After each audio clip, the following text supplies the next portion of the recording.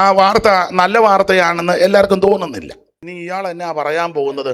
എൻ്റെ പടലി ഒന്നുമില്ല, സമാധാനത്തോടെ സ്വോത്രം പറഞ്ഞിരിക്കും, ഒരു കുഴപ്പവും. ചില വെളിവൊക്കെ എനിക്കുണ്ട്. ദൈവത്തിന് മഹത്വം. അപ്പൊ ഇവിടെ കേൾക്കുന്ന വാർത്തകളെല്ലാം നമുക്ക് അസ്വസ്ഥത ഉണ്ടാക്കുന്ന വാർത്തയാ. കുറച്ച് നാൾ മുമ്പ് കേട്ടല്ലോ വാർത്ത. ഏതാ വാർത്ത?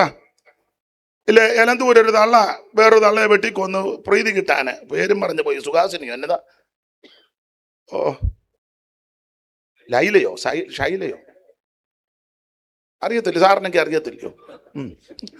നല്ല വാർത്തയാണോ? അല്ല, നല്ല വാർത്തയല്ല, നല്ല വാർത്തയല്ല. ഇന്ന് രാവിലെ പേപ്പർ എടുത്ത് വായിച്ചപ്പോൾ അതും ഒരു വാർത്ത വന്നു.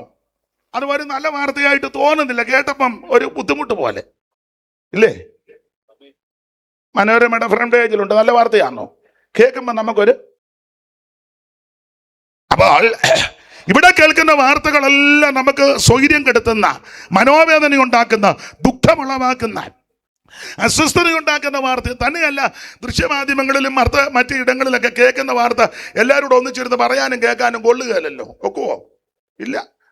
അപ്പനും വല്യമ്മയും മക്കളും എല്ലാം കൂടെ ഒന്നിച്ചിരുന്ന് വാർത്ത കേൾക്കാൻ ഒക്കില്ല. ടി വി ആണെങ്കിലും മറ്റു മാധ്യമം തുറന്നാൽ ഒക്കത്തില്ല. അതിൻ്റെ പരസ്യങ്ങളാണെങ്കിലും സംസാരമാണെങ്കിലും ഡ്രസ്സിങ് ആണെങ്കിലും രീതിയാണെങ്കിലും ഒന്നും കാണാനും കേൾക്കാനും എല്ലാവരോടും ഒന്നിച്ചിരുന്ന് കൊള്ളുകയല്ലാത്ത. അതിൽ നോക്കിക്കൊണ്ടിരിക്കും, ആരെങ്കിലും വന്നാൽ തട്ടി മാറ്റി വെച്ച് വേറെയല്ലേ പിന്നെ കാണുന്നത്. ഉടനെ പവർ വിഷൻ, അന്നേരം ഊണ് എല്ലാം ദൈവം തമ്പുരാൻ കണ്ടോണ്ടിരിക്കും. കണ്ടത് വേറെയാ. ആരെങ്കിലും വരുമ്പോ ഉടനെ. ഇവിടുത്തെ വാർത്തകളൊന്നും നല്ലതല്ല. അതിലെ പ്രായമുള്ളവർ വർത്താനം പറയുമ്പോൾ പിള്ളേർ ചെല്ലുമ്പോൾ ചോദിക്കലേ, എന്തുവാടാ മൂത്തവർ വർത്താനം പറയുന്നതിനിടെ എന്നാ കേൾക്കാനാ? കാരണം ഇവർക്ക് കേൾക്കാൻ കൊള്ളാത്തതായി നിങ്ങൾ ഇരുന്ന് ഒപ്പിക്കുന്നേ. അതെ. അല്ല, പാസ്റ്റേഴ്സും ഒക്കെ ചെല്ലു പറയാം, ബ്രദർ അങ്ങോട്ട് ഇറങ്ങിക്കുക, ഞാൻ പുള്ളിയോട് ഒന്ന് രണ്ട് കാര്യം. അപ്പൊ മറ്റേ ബ്രദറിന് കേൾക്കാൻ പറ്റാത്തതാ ഈ ബ്രദർ. ഓ, നിങ്ങൾക്കൊന്നും അറിയാമേ. അപ്പൊ ഇവിടുത്തെ വാർത്തകളെല്ലാം നമുക്ക് ബുദ്ധിമുട്ടുണ്ടാക്കുന്ന, ചെവിക്കത്ര സുഖം വരുന്ന വാർത്തയല്ല. പണ്ട് ഉണ്ണായി വാര്യര് നളചരിതത്തിൽ പറഞ്ഞതുപോലെ, സ്കൂളിൽ പഠിച്ചതാ, നിങ്ങൾക്കും പഠിച്ചതാ, ദമയന്തി നളനുമൊക്കെയുള്ള സംഭവം ഉണ്ണായി വാര്യരുടെ നളചരിതം. അപ്പം പൂന്തോട്ടത്തിൽ കൂടെ ഇങ്ങനെ അങ്ങോട്ട് തോഴിമാരുമായിട്ട് ദമയന്തി പോയപ്പോൾ അരയന്നം പറന്നു വരുന്നു. അപ്പോൾ അതെല്ലാം കണ്ടു. അപ്പം അരയന്നത്തിൻ്റെ കയ്യിൽ ഉണ്ടല്ലോ നല്ല വാർത്തയൊക്കെ കൊടുത്തു വിട്ടിരിക്കുക. അപ്പോൾ അരയന്നം ഇങ്ങോട്ട് വരുന്ന മിന്നൽ കൊടി ഇറങ്ങി വരികയോ, വിധുമണ്ഡലം ഇറങ്ങി ക്ഷതിയിൽ പോരുകയോ, സ്വർണ്ണവർണ്ണമാ അന്നം പറന്നിങ്ങി വരികയോ, കണ്ണുകൾക്ക് ഇത് നല്ല പിയൂച്ചരികയോ. അരയന്നം ഇങ്ങോട്ട് വരികയാ. അപ്പോൾ പുള്ളിക്കാരി തോഴിമാരെ മാറ്റി വെച്ച് ഒന്ന് വർത്താനം പറയാൻ വേണ്ടി പുള്ളിക്കാരി പറഞ്ഞു, ചലതള്ളി ചെങ്കാരം ചെവികളിൽ അങ്കാരം, കോകില കൂജിതങ്ങൾ കൊടിയ കർണശൂലങ്ങൾ, കുസുമ സൗരഭം നാസാഗുകര സരസൈരിപം, അതിദുഃഖ കാരണം ഇന്നാരാമ സഞ്ചാരണം. ഈ പൂന്തോട്ടത്തിലെ സഞ്ചാരം ഇപ്പോൾ ഒരു അസ്വസ്ഥതയായിട്ട് തോന്നി. ആന ചലതള്ളി ചെങ്കാരം, ചെവികളിൽ അങ്കാരം, കോകില കൂജിതങ്ങൾ കൊടിയ കർണശൂലങ്ങൾ. ഈ കുയിലിൻ്റെയും പക്ഷിയുടെയൊക്കെ ശബ്ദം കൊടിയ ശൂലം പോലെ ചെവിക്കകത്തോട്ട് തുളച്ചു കയറുക. കോകില കൂജിതങ്ങൾ കൊടിയ കർണശൂലങ്ങൾ, കുസുമ സൗരഭം നാസാകുകര സരസൈരിപം. ഈ പൂക്കളുടെ സുഗന്ധം പക്ഷെ എനിക്ക് എൻ്റെ നാസികക്കകത്ത് കുസുമ സൗരഭം നാസാകുകര സരസൈരിപം, അതിദുഃഖ കാരണം. ഞാൻ കടമെടുത്ത് പറയുകയാ, ഇന്നത്തെ വാർത്തകളെല്ലാം അതിദുഃഖവും ചെവിക്കകത്ത് ശൂലം കൊണ്ട് തുളച്ചു കയറ്റുന്ന വാർത്തകളാകുമ്പോൾ ഇതിന്റെ നടുവിൽ നല്ല വാർത്ത ഒന്നേ ഉള്ളൂ. കേൾക്കാൻ ഇമ്പമുള്ള വാർത്ത, കേട്ടിരിക്കുന്ന വാർത്ത, ആമേ കേൾക്കാൻ സുഖമുള്ള വാർത്ത മാത്രമാണോ? കേൾക്കുമ്പോൾ സൗഖ്യമുണ്ടാക്കുന്ന വാർത്ത. രോഗികളായ പ്രിയപ്പെട്ടവർ, ഈ വാർത്ത കേട്ടാൽ നിനക്ക് സൗഖ്യമുണ്ടാകും. ഏതാ സുവിശേഷം? മനോദുഃഖത്തോടെ വന്നവരാരെങ്കിലും ഇന്ന് രാത്രി വാർത്ത കേട്ടാൽ വിഷണ്ണ മനസ്സിന് സ്തുതി എന്ന മേലാട തരുന്ന വാർത്തയാ. നിന്റെ രട്ടടിച്ച് സന്തോഷത്തെ ഉടിപ്പിക്കുന്ന വാർത്തയാണ് സുവിശേഷം. മാറാ രോഗികൾക്കും ധീരാവ്യാധികൾക്കും സൗഖ്യം തരുന്ന വാർത്തയാണ് സുവിശേഷം. മുടന്തര് നടക്കുന്നു, ചകിടര് കേൾക്കുന്നു, ഊമര് സംസാരിക്കുന്നു, കുരുടര് കാണുന്നു. മാനമാണോ? മരിച്ചവന്റെ മഞ്ചത്തിൽ തൊട്ടപ്പോൾ ചെറുക്കൻ ചാടി എഴുന്നേറ്റു. മരിച്ചവരെ ഉയർപ്പിക്കുന്ന വാർത്ത, രോഗികളെ സൗഖ്യമാക്കുന്ന വാർത്ത, ആ വാർത്തയാ സുവിശേഷം. ഞാൻ എടുത്ത ഭാഗത്തേക്ക് വരേണ്ടത് കൊണ്ട് ഇത് അധികം പറയുന്നില്ല. ഇന്നലെയും മിനിഞ്ഞാന്നും ഒക്കെ ഇത് നന്നായിട്ട് പറഞ്ഞിട്ടുണ്ട്. അത് നന്നായിട്ട് പറയാൻ കഴിവും പ്രാഗൽഭ്യമുള്ളവരെയാ അദ്ദേഹം വിളിച്ചത്. പിന്നെ ഒടുവിൽ യോനായ്ക്ക് ചീട്ട് വീണതുപോലെ എനിക്കും വീണു. അപ്പം അതുകൊണ്ട് ഇന്ന് രാത്രി ദൈവത്തിന് മകത്ത് അല്പകാര്യങ്ങൾ ചിന്തിക്കാം. നല്ല വാർത്തയാ സുവിശേഷം. എന്താ സുവിശേഷത്തിൻ്റെ വിശേഷത? ഒത്തിരിയുണ്ട് വിശേഷത. ഈ സുവിശേഷത്തിൻ്റെ ഒരു വിശേഷത, ഇത് രക്ഷിക്കുന്ന മാർഗമാണ്.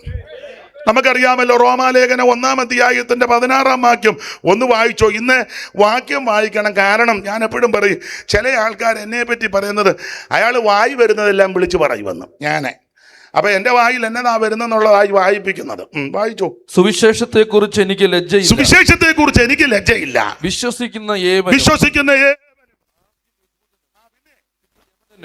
അത് രക്ഷയ്ക്കായി ദൈവശക്തിയാകുന്നു. അപ്പോൾ ആ വാക്യത്തിന്റെ വെളിച്ചത്തിൽ സുവിശേഷം രക്ഷിക്കുന്ന മാർഗമാണ്. മറ്റൊരുത്തനും രക്ഷയില്ല. യേശു ക്രിസ്തു മാത്രം രക്ഷകൻ. അവൻ ആകാശത്തിന് കീഴിൽ മനുഷ്യരുടെ ഇടയിൽ ഭൂമിക്ക് മുകളിൽ നൽകപ്പെട്ട ഒരേ ഒരു നാമം, ഒരേ ഒരു മാർഗം, രക്ഷിക്കുന്ന മാർഗം യേശു ക്രിസ്തുവിന്റെ നാമം. സുവിശേഷമല്ല, സുവിശേഷം രക്ഷിക്കുന്ന മാർഗമാണ്. എല്ലാം ഞാൻ വിവരിക്കുന്നില്ല. രക്ഷിക്കുന്ന മാർഗമാണ് സുവിശേഷം. മറ്റൊരുത്തരും രക്ഷയില്ല. കർമ്മമാർഗം കൊണ്ടോ, പുണ്യപ്രവൃത്തി കൊണ്ടോ, ദാനധർമ്മം കൊണ്ടോ, നേർച്ച കാഴ്ച കൊണ്ടോ, ആചാര അനുഷ്ഠാനങ്ങൾ കൊണ്ടോ, പാരമ്പര്യം കൊണ്ടോ ഒന്നും രക്ഷപ്പെടത്തില്ല. രക്ഷപ്പെടാൻ ഒറ്റ മാർഗം, ഒറ്റ വഴി, യേശു ക്രിസ്തു മാത്രം. അപ്പോൾ സുവിശേഷം രക്ഷിക്കുന്ന മാർഗം. ഓടിച്ചു മുമ്പോട്ട് പോകാം. 2, സുവിശേഷത്തിന്റെ വിശേഷത, ഇത് സമാധാനത്തിന്റെ മാർഗമാണ്. അറിവുണ്ട വാക്യമാണല്ലോ. 6:15 വായിച്ചോ. എഫേസ്യ ലേഖനം 6-ാം അധ്യായം 15-ാം വാക്യം. എല്ലാവർക്കും അറിവുള്ള വാക്യമെങ്കിലും വായിച്ചോ. 14 മുതൽ വായിച്ചോ. 14 മുതൽ. നിങ്ങളുടെ അരയ്ക്ക് സത്യം കിട്ടിയും, നിങ്ങളുടെ അരയ്ക്ക് സത്യം കിട്ടിയും, നീതി എന്ന കവചം ധരിച്ചും, സമാധാന സുവിശേഷം ഒരുക്കം. അപ്പൊ സുവിശേഷത്തിന്റെ 2-ാമത്തെ വിശേഷത, ഇത് സമാധാനത്തിന്റെ മാർഗമാണ്. ഇത് സമാധാനം തരുന്നതാ. സുവിശേഷം പ്രസംഗിക്കുന്നവരും സമാധാനക്കാരായിരിക്കണം. അല്ല, അങ്ങനെ ആണല്ലോ. സുവിശേഷം പ്രസംഗിക്കുന്നവര് വഴക്കും പുക്കാറും ഉണ്ടാക്കരുത്. കേസും കോടതിയും വഴക്കും പുക്കാറും. ഇതൊക്കെ ആയിരിക്കും പറയുന്ന അയാൾ വായി വരുന്ന എല്ലാം പറയുന്നത്.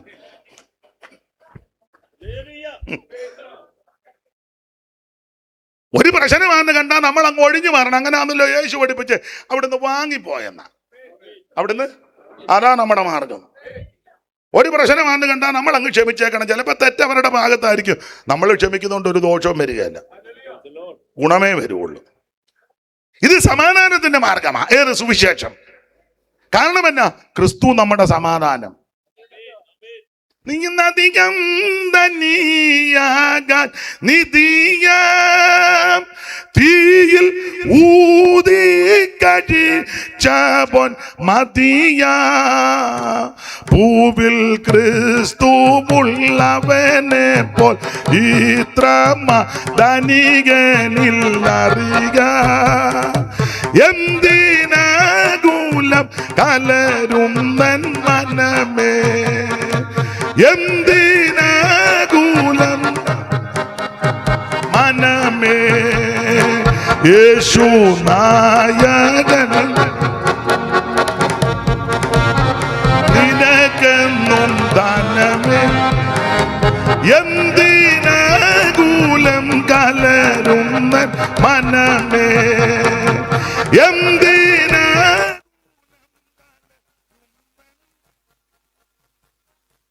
യേശു നായകൻ സമാധാനദായകൻ നിനക്കെന്നും ധനമേ. എന്തിനാകുലം. കരമുയർത്തി ദൈവത്തെ മഹിതപ്പെടുത്ത്. അപ്പൊ സുവിശേഷം സമാധാനത്തിൻ്റെതാ. സമാധാനം.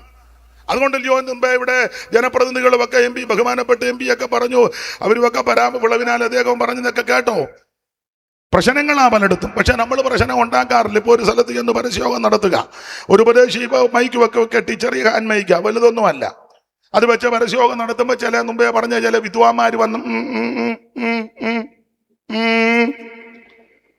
ഉടനെ തന്നെ ഈ പാവം പിടിച്ച് ഉപദേശി മൈക്കും എടുത്തുകൊണ്ട് ഉടനെ അവിടെ നിന്ന് അങ്ങ് പോവുക. അതിനാ ഇത് സമാധാനത്തിന്റെ മാർഗമാണ്.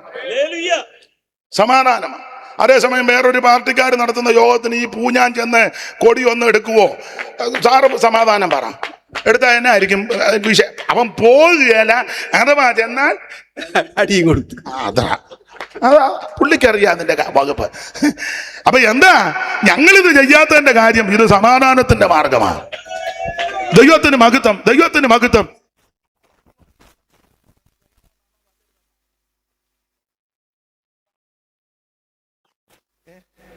ഒന്ന് കൊടുക്കണമെന്നാണോ?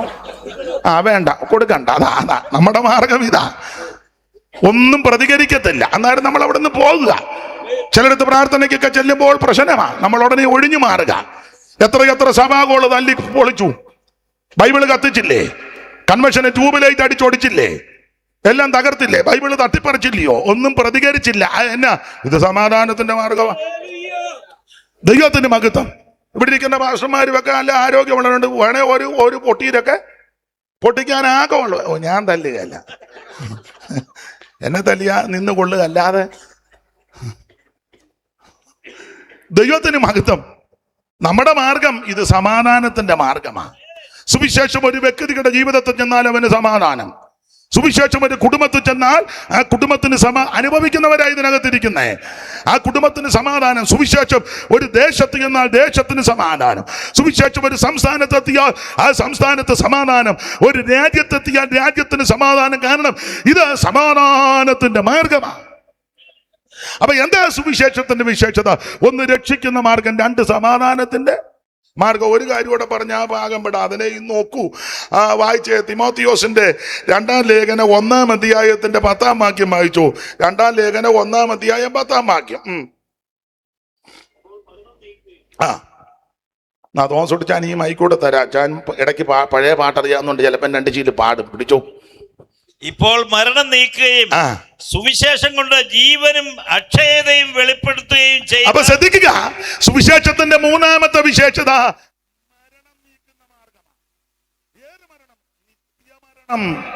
വെളിപ്പാട് പുസ്തകത്തിന്റെ ഭാഷ പറഞ്ഞ തീപ്പൊയ്ക, ഗന്ധകം കത്തുന്ന തീപ്പൊയ്ക, രാപകൽ കത്തിക്കൊണ്ടിരിക്കുന്ന തീപ്പൊയ്ക. വേറെ പുസ്തകത്തിൽ വേറൊരു പ്രയോഗമുണ്ട്, 2-ാം മരണം. ആ മരണത്തെ നീക്കുന്ന മാർഗമാണ് സുവിശേഷം.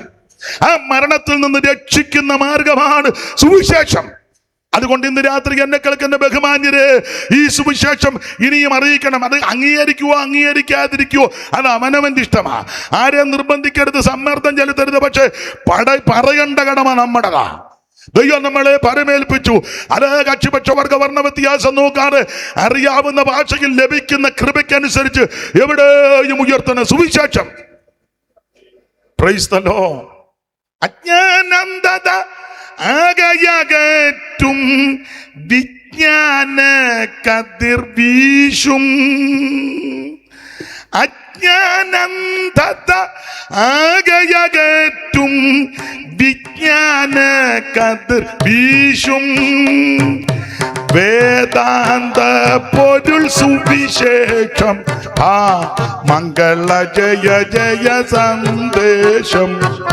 വേദാന്ത പൊരുൾ സുവിശേഷം, മംഗള ജയ ജയ സന്ദേശം. എങ്ങും പുകഴ്ത്തുവിൻ സുവിശേഷം, മംഗള ജയ ജയ സന്ദേശം. എങ്ങും പുകഴ്ത്തുവിൻ സുവിശേഷം, മംഗള ജയ ജയ സന്ദേശം. കരമുയർത്തി ദൈവത്തെ മഹത്വപ്പെടുത്താൻ. അപ്പോൾ ഇതാണ് സുവിശേഷം. എന്ത്? ഒന്ന്, രക്ഷിക്കുന്ന മാർഗമാ സുവിശേഷം. 2, ഇത് സമാധാനം തരുന്ന മാർഗമാ സുവിശേഷം. 3, നിത്യമരണത്തിൽ നിന്ന് ജീവരക്ഷ തരുന്ന മാർഗമാ സുവിശേഷം. നിങ്ങൾ അവിടെ ഇരിക്കുന്നതാ നല്ലതല്ലേ? പിന്നെയും കൂടെ അങ്ങോട്ടും ഇങ്ങോട്ടും അതാ നല്ലത്. അപ്പൊ ശ്രദ്ധിക്കുക, സുവിശേഷം. ആ സുവിശേഷമാ ഈ ദിവസങ്ങളിൽ ഇവിടെ ഉയർത്തപ്പെട്ടുകൊണ്ടിരിക്കുന്നത്. ആ സുവിശേഷത്തിന്റെ സാക്ഷികളായിരിക്കുന്ന എൻ്റെ സഹപടന്മാരായ എല്ലാ മാന്യകർത്തദാസന്മാര്, വേദിയിൽ സദസ്സിലും ഇരിക്കുന്ന ദൈവദാസന്മാരെ, അവൻ അപേക്ഷയല്ല കൽപ്പിച്ചു തന്നെ പറയുക, ജീവൻ പോകേണ്ടി വന്നാലും ഇത് അറിയിച്ചോണം. ആരംഗീകരിക്കും അതൊക്കെ അവനവൻ്റെ ഇഷ്ടം. പക്ഷെ പറയേണ്ട കർത്തവ്യം നമ്മുടേതാണ്. ദൈവത്തിന് മഹത്വം. ആ സുവിശേഷം. അപ്പോൾ അങ്ങനെയുള്ളൊരു സുവിശേഷ പ്രവാചകനാണ് യെശയ്യാവ്. യെശയ്യാവിന് അങ്ങനെ ആ വിശേഷണ പദം സുവിശേഷ പ്രവാചകൻ. കാരണം യെശയ്യാവ് നന്നായി ശുശ്രൂഷ ചെയ്തു. യേശുക്രിസ്തുവിന്റെ ജനനം മുതൽ, ഒറ്റ വാക്ക് പറഞ്ഞാൽ അവിടുത്തെ ഭരണം വരെ, അല്ല അതിനപ്പുറത്തെ കാര്യവും യെശയ്യാവിന് ദൈവം വെളിപ്പെടുത്തി. അതുകൊണ്ട് ഇദ്ദേഹം യേശുക്രിസ്തുവിനെ പറ്റി അടുക്കടുക്കായിട്ടാണ് പ്രവചിച്ചത്. ഇദ്ദേഹത്തെ പറ്റി പറയുന്നത് സുവിശേഷ പ്രവാചകൻ മാത്രമല്ല. യെശയ്യാ പ്രവചനത്തിൻ്റെ വിശേഷത, പുള്ളി ഒരു പ്രവാചകനും ആ ഭാര്യ ഒരു പ്രവാചകയാണ്. രണ്ടുപേരും ശുശ്രൂഷയാണ്. അതൊരു വലിയ അനുഗ്രഹമാണ്, ഭാര്യയും ഭർത്താവും പ്രവചിക്കുക എന്നുള്ളത്. ഇത് ചിലർ പ്രവചിച്ച് വെച്ച് വരുമ്പോൾ ഭാര്യയ്ക്ക് ചിലപ്പോൾ ഇഷ്ടപ്പെട്ടെന്ന് വരികയല്ല, ചിലയിടത്ത് ഭാര്യ പ്രവചിക്കുകയാണെ ഭർത്താവിനും ഇഷ്ടപ്പെട്ടെന്ന് വരികയല്ല. അങ്ങനെയൊക്കെ ഉള്ള ധാരാളം കുടുംബങ്ങളും വ്യക്തികളുമുണ്ട്. എന്നാൽ ഇത് രണ്ടുപേരും പ്രവാചകരാണ്. രണ്ട് പിള്ളേരുമുണ്ട്. ഒരു ചെറുക്കൻ്റെ പേര് വലിയ പേരാ, നമുക്കറിയാമല്ലോ, 8-ാം അധ്യായത്തിൽ ഇല്ലയോ, മകർശാലയിൽ ഹാഷ്. ഒന്ന് വായിച്ചു തരാം. ആര് നിങ്ങൾ രണ്ടുപേരിൽ ആരെങ്കിലും വായിച്ചു? അതൊരു ചെറുക്കൻ്റെ പേര്. വേറൊരു ചെറുക്കൻ്റെ പേര് 7:3 വായിച്ചു. 7:3. അപ്പോൾ യഹോവ യെശയ്യാവോട് അരുളിച്ചെയ്തെന്നാൽ, നീയും നിന്റെ മകൻ ഷെയർ-യാശൂബും 2 ആൺപിള്ളേരാ. നല്ലൊരു കുടുംബമാണ്. 2 ആൺപിള്ളേരും ഭാര്യ പ്രവാചകി, ഇദ്ദേഹവും പ്രവാചകൻ. മാത്രമല്ല രാജകുടുംബത്തിൽപ്പെട്ടയാളാണ്, റോയൽ ഫാമിലിയാ, നല്ല കുടുംബമാണ്. അപ്പം ചില ആൾക്കാർ ധരിച്ചു വെച്ചിരിക്കുന്ന ഗതികെട്ടവരായി ഇങ്ങനെയൊക്കെ നടക്കുന്നെന്നാ. ഏതാ ലോകക്കാരുടെ ചിന്തയെ ഗതികേട് പിടിച്ചവരാ ഇങ്ങനെയൊക്കെ നടന്നത്. ഇത് നോക്കിയ പ്രവചന ശുശ്രൂഷ 50 കൊല്ലം പ്രവചിച്ചു. 50 കൊല്ലം ചരിത്രം പഠിക്കുമ്പോൾ അറിയാം. 50 കൊല്ലം ശുശ്രൂഷ ചെയ്തു. ദൈവത്തിന് മഹത്വം. രാജകുടുംബം. അപ്പൊ ഈ ശുശ്രൂഷ ചെറ്റക്കുടിലിൽ പാർക്കുന്നവനും ചെയ്യാം, രാജകുടുംബത്തിൽ പാർക്കുന്നവനും ചെയ്യാം. ദൈവം അങ്ങനെ ഈ ശുശ്രൂഷ കൊടുത്തിരിക്കുന്നത്. ഇത് സാധാരണക്കാർക്ക് മാത്രമല്ല, മിടുക്കന്മാർക്ക് മാത്രമല്ല, ശ്രേഷ്ഠന്മാരെന്ന് ലോകം വെച്ചവർക്ക് മാത്രമല്ല, എല്ലാവർക്കും ഇത് ചെയ്യാം. വിളവിനാ കുടുംബത്തിലുള്ളവർക്കും ചെയ്യാം, എൻ്റെ കുടുംബത്തിൽപ്പെട്ടവർക്കും ചെയ്യാം. നിങ്ങളുടെ ഒപ്പം ഒക്കുകയല്ല ഞാൻ, അത് തുറന്ന് പറയാൻ തന്നെ. ദൈവത്തിന് മഹത്വം. ലോകപരമായിട്ടായി പറഞ്ഞ്, പക്ഷെ 2 കൂട്ടരെയും ദൈവം തിരഞ്ഞെടുത്തെന്നുള്ളതാണ്. അതാ ഈ ശുശ്രൂഷയുടെ വിശേഷത. സാറ ഒരിക്കലൊരു പാട്ട് പാടി, നിജരായി ഗണിച്ചിരുന്ന പേത്രരാധിയായ ദിവ്യ കൃപയാൽ ശേഷി കൊണ്ടലങ്കരിച്ചു പാരം പ്രക്ഷണം ചെയ്തവനിൽ പുരുക്കളാക്കി മാനുവേൽ മനുജസുതാ നിന്റെ മാനമേറും വണങ്ങി ഞങ്ങൾ മംഗള ഓതിടും നീതാ നിത്യമഹിമയുണ്ടായിടട്ടെ മാനുവേൽ മനുജസുത. അപ്പൊ വരി നല്ല വരിക. സാറിന്റെ പ്രയോഗമല്ലേ, നീചരായി ഗണിച്ചിരുന്ന. ഏതാ ആ കൊള്ളുകേല, കഴിവില്ല, വിദ്യാഭ്യാസമില്ല, പത്രാസും പടകും ഒന്നുമില്ലെന്നൊക്കെ ചിന്തിച്ച ആൾക്കാരാ നീചരായി ഗണിച്ചിരുന്ന പേത്രന്ന് ഉദ്ദേശിച്ചത് പത്രോസ്. അതാ സാറിന്റെ ഭാഷയുടെ പ്രയോഗമാ. പേത്ര നീചരായി ഗണിച്ചിരുന്ന പേത്രരാധിയായ ധീവരർ മുക്കുവന്മാർ, മത്സ്യത്തൊഴിലാളികൾ, ധീവരർ. നീചരായി നമ്മൾ മിക്കതും അർത്ഥം അറിയാൻ അങ്ങ് പാടി വിടുക, പിന്നെ എന്തേലും ആട്ടെ വരുന്നിടത്ത് വെച്ച് കാണാമെന്ന് ഓർത്ത്. പക്ഷെ അർത്ഥവും കൂടെ അറിഞ്ഞ് പാടിയ കത്തും. പിന്നെ ഒരു ദിനോട് ഞാൻ ഒരിക്കലും ഒരു പാട്ട് പാടിയപ്പോൾ ഞാൻ ചോദിച്ചു, എന്തുവാ മോനെ അർത്ഥം? അതെന്തുവാ? അടവി തരുക്കളിനിടയിൽ ഒരു ഭയങ്കര അടവി വരുമ്പോൾ നാരകം പോലെ നമ്മൾ നിൽക്കണം. അടവിയല്ലേ, കൊടുങ്കാറ്റും അടവിയൊക്കെ വരുമ്പം അവനതേ അറിയാമോ? പറഞ്ഞിട്ടൊന്നും കാര്യമില്ല. ദൈവത്തിന് മഹത്വം. അപ്പോൾ നീചരായി ഗണിച്ചിരുന്ന പത്രോസ്, ആദിയായ ധീവരർ മുക്കുവന്മാർ, നിജരായി ഗണിച്ചിരുന്ന പേത്രരാധിയായ ധീവരരെ ദിവ്യ കൃപയാൽ ശേഷി കൊണ്ടലങ്കരിച്ചു പാരം പ്രക്ഷണം ചെയ്തവനിൽ ഗുരുക്കളാക്കി മാനുവൽ മനുജസുത നിന്റെ മാനമേറും തൃപ്പാദങ്ങൾ വണങ്ങി ആ മംഗളമോതിടും നീതാ നിത്യം മഹിമയുണ്ടായിടട്ടെ മാനുവൽ മനുജസുത. അല്പമാമുപകരണം കൊണ്ടു നൽപടുന്ന മകത്തായ വേലകൾ ചെയ്തും ശില്പികൾ കൂടയവന് നീയേജിൽ പുരുഷൻ ചിരന്തര നമസ്കാരം മാനുവൽ മനുജസുത നിന്റെ മാനമേറും.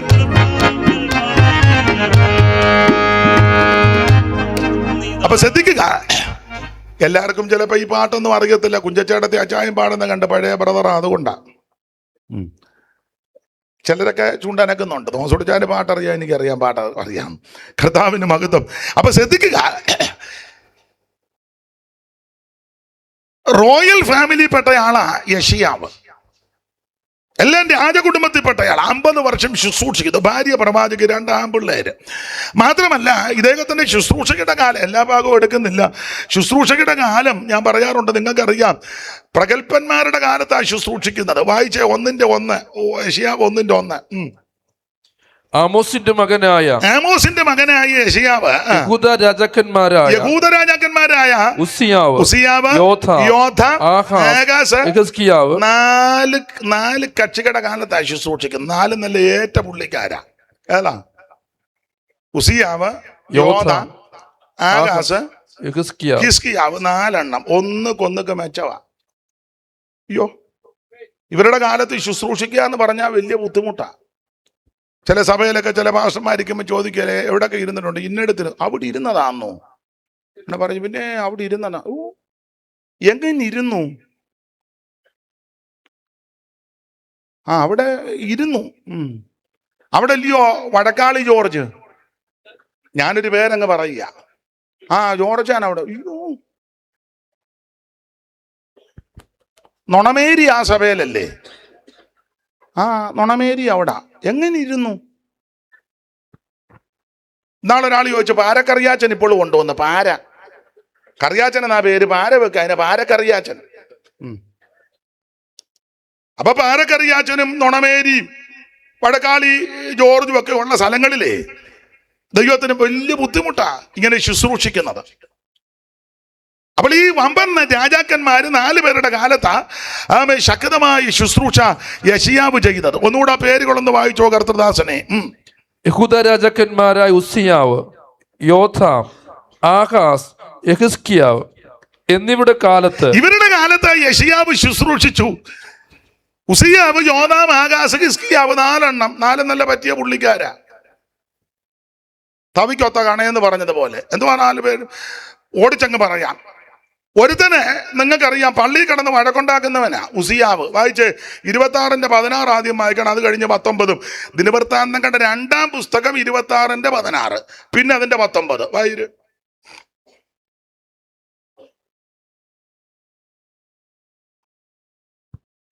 എന്നാൽ അവൻ ബലവാനായപ്പോൾ, ഇവനെ ബലവാൻ എന്ന് പറഞ്ഞാൽ ഉസിയാവിനെ പറ്റിയാ. ഇച്ചിരി കാശും പുത്തനും ചുറ്റുപാടും ഒക്കെ ആയപ്പം ഇച്ചിരി അഹങ്കാരവും ഒക്കെ അങ്ങനാന്നല്ലോ, സ്വാഭാവികം. മനുഷ്യന്റെയൊക്കെ പ്രകൃതി അങ്ങനെ.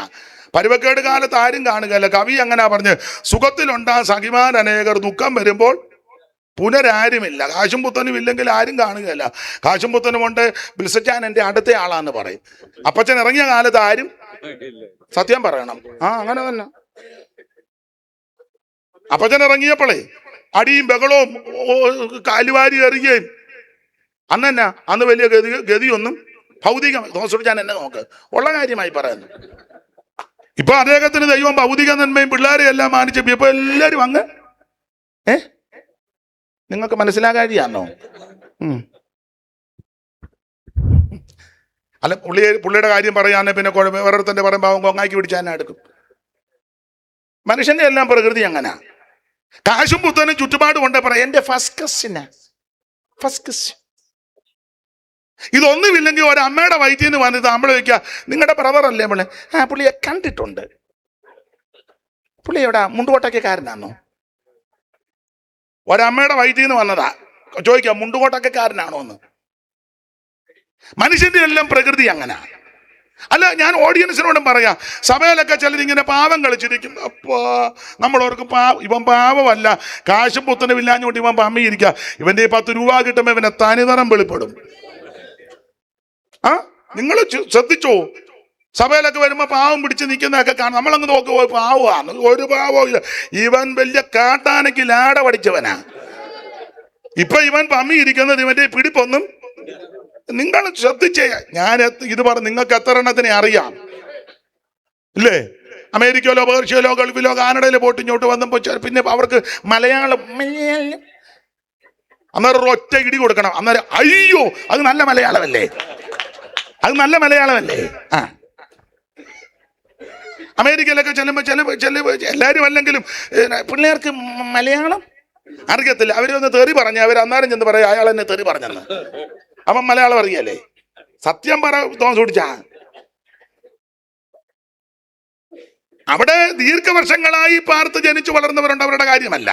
2-3 വർഷമായുള്ള അങ്ങോട്ട് പോയിട്ട് അവന് ഒന്നും പണ്ടൊരുത്തം പോയിച്ച് 2 വർഷം കഴിഞ്ഞ് വന്ന് വെച്ചു ഈ കായ എന്നാന്ന് തെങ്ങ ചൂണ്ടി വെച്ച് ഇതെന്നാ കായാന്ന്. ഇപ്പോൾ ഒരുത്തം പറഞ്ഞ് നീ ഇത് ഇട്ട് കാട്ട് മോട്ടിച്ചാനല്ലോടാ ഇവിടുന്ന് ബോംബെ ചാടി പിന്നെ അവിടുന്ന്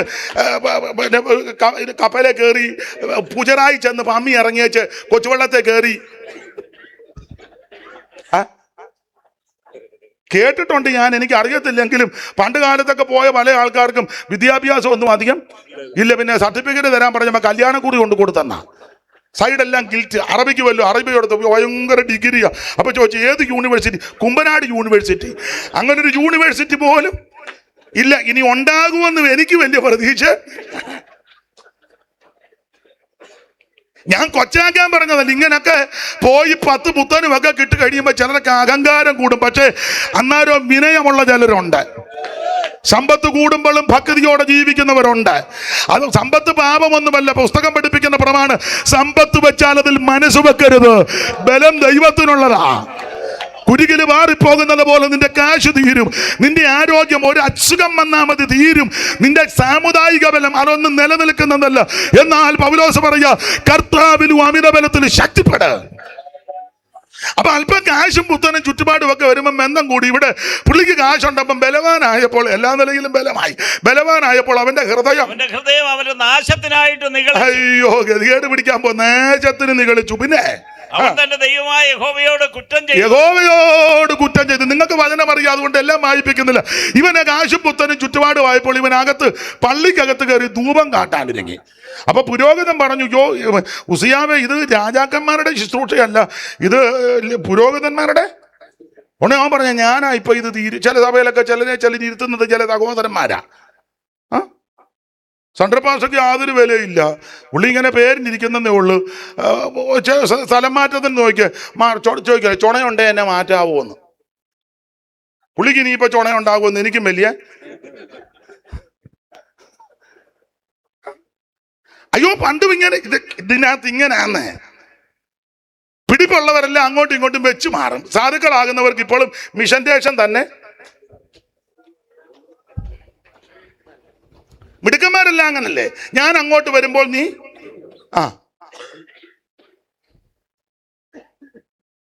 എന്നാ അന്തരീക്ഷം, സ്റ്റേജിൽ അന്തരീക്ഷം പോകുന്നേ. ദൈവത്തിന് മഹത്വം.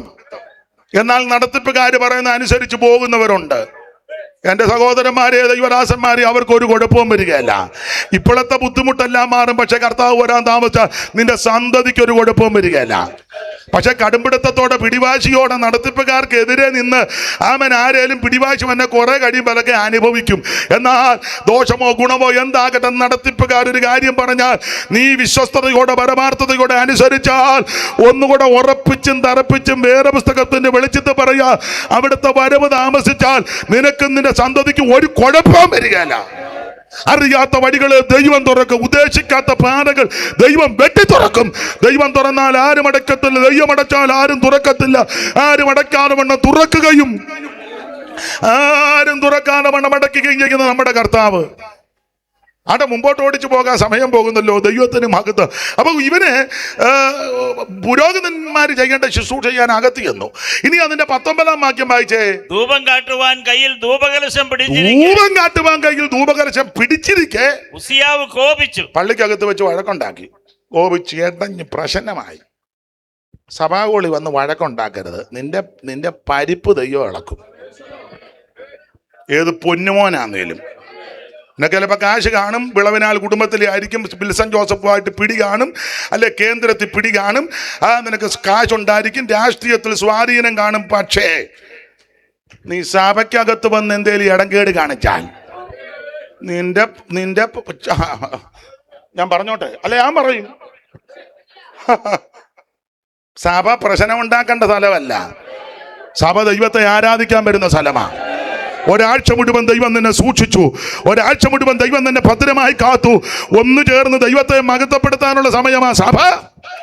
ആ സഭാരാധനയ്ക്കിടയിൽ ആമേൻ ഈർച്ചവാളിന്റെ ശബ്ദമോ, വചനത്തിൽ കൂടെ അങ്ങ് പറഞ്ഞേക്കല്ലേ തോമസ് ഓടിച്ച, ഈർച്ചവാളിന്റെ ശബ്ദമോ ചുറ്റികയുടെയോ ആയുധത്തിന്റെ ശബ്ദമൊന്നും കേൾക്കാൻ പാടില്ല. അവിടെ കേൾക്കേണ്ടതില്ല സ്തുതി സ്തോത്രങ്ങളാ. അത്യാചാരനു മുമ്പിൽ നൃത്തം തുടങ്ങിടുവിൻ, തപ്പോടുകിന്നരങ്ങൾ വായിപ്പി. സത്യേശ്വരനു മുമ്പിൽ നൃത്തം തുടങ്ങിടുവിൻ, തപ്പോടുകിന്നരങ്ങൾ വായിപ്പി. കൈതാളനാദമപ്രശക്യ മുടങ്ങിടട്ടെ സാത്താൻ നടുങ്ങിടട്ടെ ഹോശന. കൈതാളനാദമപ്രശക്യ മുടങ്ങിടട്ടെ സാത്താൻ നടുങ്ങിടട്ടെ ഹോശന. യാഗ്വേ സ്തുതിപ്പിനവൻ ശുദ്ധ മമനിരത്തിലാകുവാൻ ചെയ്തുനുതി കോഷിപ്പി. യാഗ്വേ സ്തുതിപ്പിനവൻ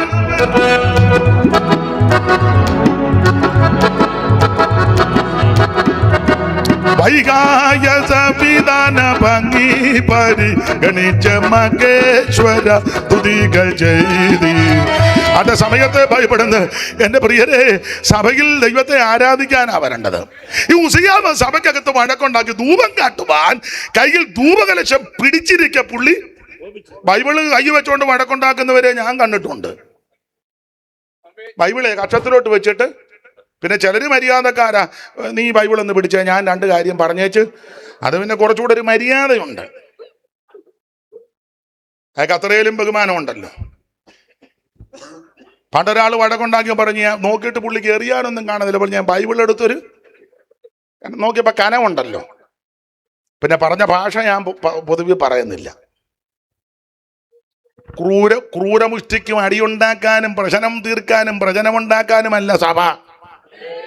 തമ്മി കടിച്ചു കീറാനും തിന്നുകളയാൻ. ഗലാത്യ ലേഖനത്തിൽ അങ്ങനെയാണ്, തിന്നുകളയുന്ന അതിനല്ല സഭ. ഒരാഴ്ച മുഴുവൻ നിന്നെ കാത്ത ദൈവത്തിന് എല്ലാവരോടും ഒന്നു ചേർന്ന് ദൈവത്തിന് മഹത്വം കൊടുക്കേണ്ട സ്ഥലമാ, ദൈവത്തെ സ്തുതിക്കേണ്ട ഇടമാ. ഇവൻ പള്ളിക്കകത്ത് കയറി വഴക്കുണ്ടാക്കും. ഉസിയാവ് അങ്ങനെ പള്ളിക്കകത്ത് വഴക്കുണ്ടാക്കുന്നവന്റെ കാലത്തായ യെശയ്യാവ് ശുശ്രൂഷിച്ച് എന്ത് ബുദ്ധിമുട്ടായിരിക്കും ഇല്ലേ? യോ, സഭയെ രണ്ടെണ്ണം വില്ലി നിൽക്കുക, അവിടെ എങ്ങനെ നമ്മൾ പ്രസംഗിക്കും? മറ്റവനിട്ട് കിട്ടുന്നതാകുമ്പോ ഇവൻ ഊറി, ഇവനിട്ടാന്ന് മറ്റവൻ ലൂയ. എന്തായാലും പ്രശ്നമാണ്. ആ കാലത്താണ് യെശയ്യാവ് ശുശ്രൂഷിക്കുന്നത്. ഓടിച്ചു മുമ്പോട്ട് പോകാം. അപ്പൊ ഇവൻ പള്ളിക്കകത്ത് വഴക്കുണ്ടാക്കുന്നത്. ഇവനൊരു മകനുണ്ടായിരുന്നു, പള്ളിയിൽ കയറുകയല്ല. തോമസ് 27:1. യോഥാം വാഴ്ച തുടങ്ങിയപ്പോൾ അവൻ 25 വയസ്സായിരുന്നു. അവൻ 16 സംവത്സരം യെരൂശലേമിൽ വാണു. അവന്റെ അമ്മയ്ക്ക് യെരൂശ എന്നു പേർ. അവൾ സാദോക്കിന്റെ പുത്രിയായിരുന്നു. അടുത്ത വാക്യം, അവൻ തന്റെ അപ്പനായ ഉസിയാവ് ചെയ്ത പോലെയൊക്കെ കുറെ കാര്യമൊക്കെ ഗുണമൊക്കെ ചെയ്തു, എങ്കിലും യഹോവയുടെ ആലയത്തിലേക്ക് അവൻ കടന്നില്ല. അവൻ പള്ളി കയറുകയല്ല. അപ്പൻ പള്ളിക്കകത്ത് വഴക്കുണ്ടാക്കി, മോൻ പള്ളിയിലോട്ട്. ഇവരുടെ കാലത്ത് യെശയ്യാവ് പ്രസംഗിക്കുന്നത്, ശുശ്രൂഷിക്കുന്നത്.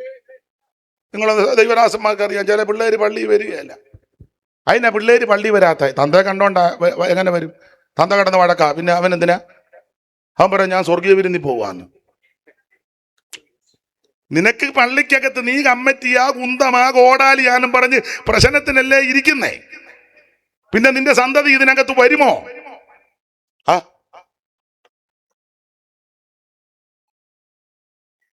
എന്നാ ആ ഭാഗത്തൊരു അന്തരീക്ഷത്തിന് വ്യത്യാസം.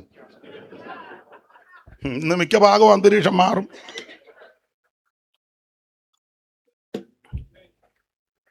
അപ്പൻ പള്ളിക്കകത്ത് കിടന്ന് വഴക്കുണ്ടാക്കി, മോൻ പള്ളിയിലോട്ട് കയറുന്നില്ല.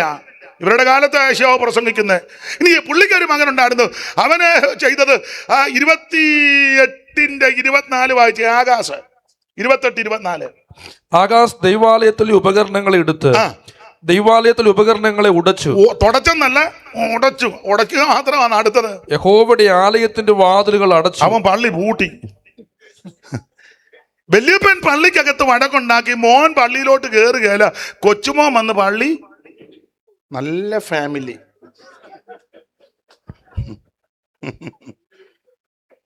തീർന്നില്ല. യവന്റെ മകനാ ഹിസ്കിയാവ് അല്ലെങ്കിൽ യെഹസ്കിയാവ്. അവൻ ചെയ്തല്ലോ, അത് അവനും കുറെ ഗുണമൊക്കെ ചെയ്തു. എന്നിട്ട് ഇവൻ വേണ്ടാതീനവും ചെയ്തു. വായിച്ചേ, രാജാക്കന്മാരുടെ 2-ാം പുസ്തകം അതിൻ്റെ 18-ാം അധ്യായത്തിൻ്റെ 14 വായിച്ചേ. അപ്പോൾ യഹൂദ രാജാവായ യെഹിസ്കീയാവ് ലാക്കീഷിൽ അശ്ശൂർ രാജാവിന്റെ അടുക്കൽ ആളയച്ചു. അശ്ശൂർ രാജാവായിട്ട് കയറി കൊമ്പ് അടുപ്പമായി. അടുത്തത്, ഞാൻ കുറ്റം ചെയ്തു. എന്തുവാ? എന്നെ വിട്ടു പോകണം. നീ എനിക്ക് കൽപ്പിക്കുന്ന പിഴ ഞാൻ അടച്ചുകൊള്ളാം. ഞാൻ തരാന്ന് ഹിസ്കിയാവ് പറ.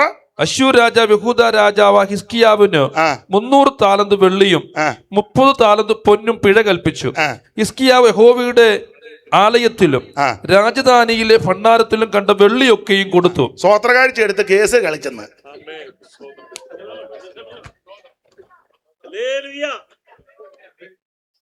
എടാ, പുനലൂരാന്നേലും കൊള്ളാം, മുളക്കുടയാന്നേലും കൊള്ളാം, തിരുവല്ല ചാരോനാന്നേലും കൊള്ളാം, കുമ്പനാട് IPC ആന്നേലും കൊള്ളാം, GP അവിടെ ഇല്ല, ഇനി അവിടെ ആന്നേലും കൊള്ളാം, അവൻ കല്ലുമലക്കാരാന്നേലും കൊള്ളാം. പാവപ്പെട്ട ദയ്യമക്കൾ വീട് പണിക്കാൻ പോകുന്നവരുണ്ട്, റോഡ് പണിക്ക് പോകുന്നവരുണ്ട്, റബ്ബർ വെട്ടുന്നവരുണ്ട്, വിദേശത്തുള്ളവരും കഷ്ടപ്പെട്ട. അല്ല, ചുമ്മാ രാവിലെ അറബി കൊണ്ട് കാജിറക്കുകയല്ല. അമേരിക്കയിലുള്ളവരും കഷ്ടപ്പെട്ട, നഴ്സുമാരും എന്ത് കഷ്ടപ്പെട്ട. അങ്ങനെ ദൈവമക്കൾ ഓരോ ജോലിക്ക് അതിൻ്റെ ബദ്ധപ്പാടും കഷ്ടപ്പാടുമുണ്ട്. അടുക്കളപ്പണി ചെയ്യുന്ന, പാത്രം കഴുകാൻ പോകുന്ന മാന്യ സഹോദരിമാരുണ്ട്. അവരൊക്കെ ചെയ്ത ജോലിയുടെ ഒരു നന്മ കർത്താവിൻ്റെ വേലയ്ക്ക് സ്വോത്രകാഴ്ച ഇടുമ്പോൾ നേതാക്കന്മാരാകുന്ന മിടുക്കന്മാർ ഈ കാശെടുത്ത് കേസ് കളിച്ചാൽ അടിച്ച് നിന്റെ എല്ലാം ഇടപാട് തീർത്ത് നിന്റെ എല്ലാം കുടുംബത്തെ ദൈവം കൊളത്തോട്ടും. ഇതെനിക്ക് പുനലൂരും മുളക്കുടയിലും കുമ്പനാട്ടും ഒക്കെ പറഞ്ഞാൽ കൊള്ളാന്നുണ്ട്. പറയിപ്പിക്കുമോ? നല്ല ജയിലായി. പിന്നെ ഇവിടേലും എന്നെ പറയിപ്പിക്കുന്നല്ലോ. ഞാൻ കൃതാർത്ഥനാ. ദൈവത്തിന് മഹത്വം. ഓരോ രൂപയ്ക്കും വിലയുള്ളതാ. ദൈവത്തിന് ഇത് കേസ് കളിക്കാനുള്ളതല്ലെന്ന്. ഇത് അവൻ വക്കീലിന് കൊടുക്കാനുള്ളതല്ല. ഇത് അവൻ വാദിക്കാനുള്ളതല്ല. അങ്ങനെ പ്രശ്നം വരുമ്പോ സഭ ചെയ്യേണ്ടത് മുട്ടാലിരിക്കണം, മുടങ്കാലിരിക്കണം. നീ മുടങ്കാലിരുന്ന് പ്രാർത്ഥിച്ചാൽ ദൈവം വഴി തുറക്കും. ദൈവത്തിന് മകത്ത്. എന്റെ ദൈവദാസന്മാരെ സങ്കടത്തോടും മനോവേദനയോടാണ് ഇതൊക്കെ പറയുന്നത്. അവൻ സ്വോത്രം. ഹിസ്കിയാവ് ഇത് മുഴുവൻ എടുത്ത് അശ്ശൂർ കപ്പം കൊടുത്തെന്ന്. ഈ കേസ് കളിക്കുന്ന കുടുംബം വിറ്റേച്ചാന്നോ സഭയുടെ കേസ് കളിക്കുന്നേ?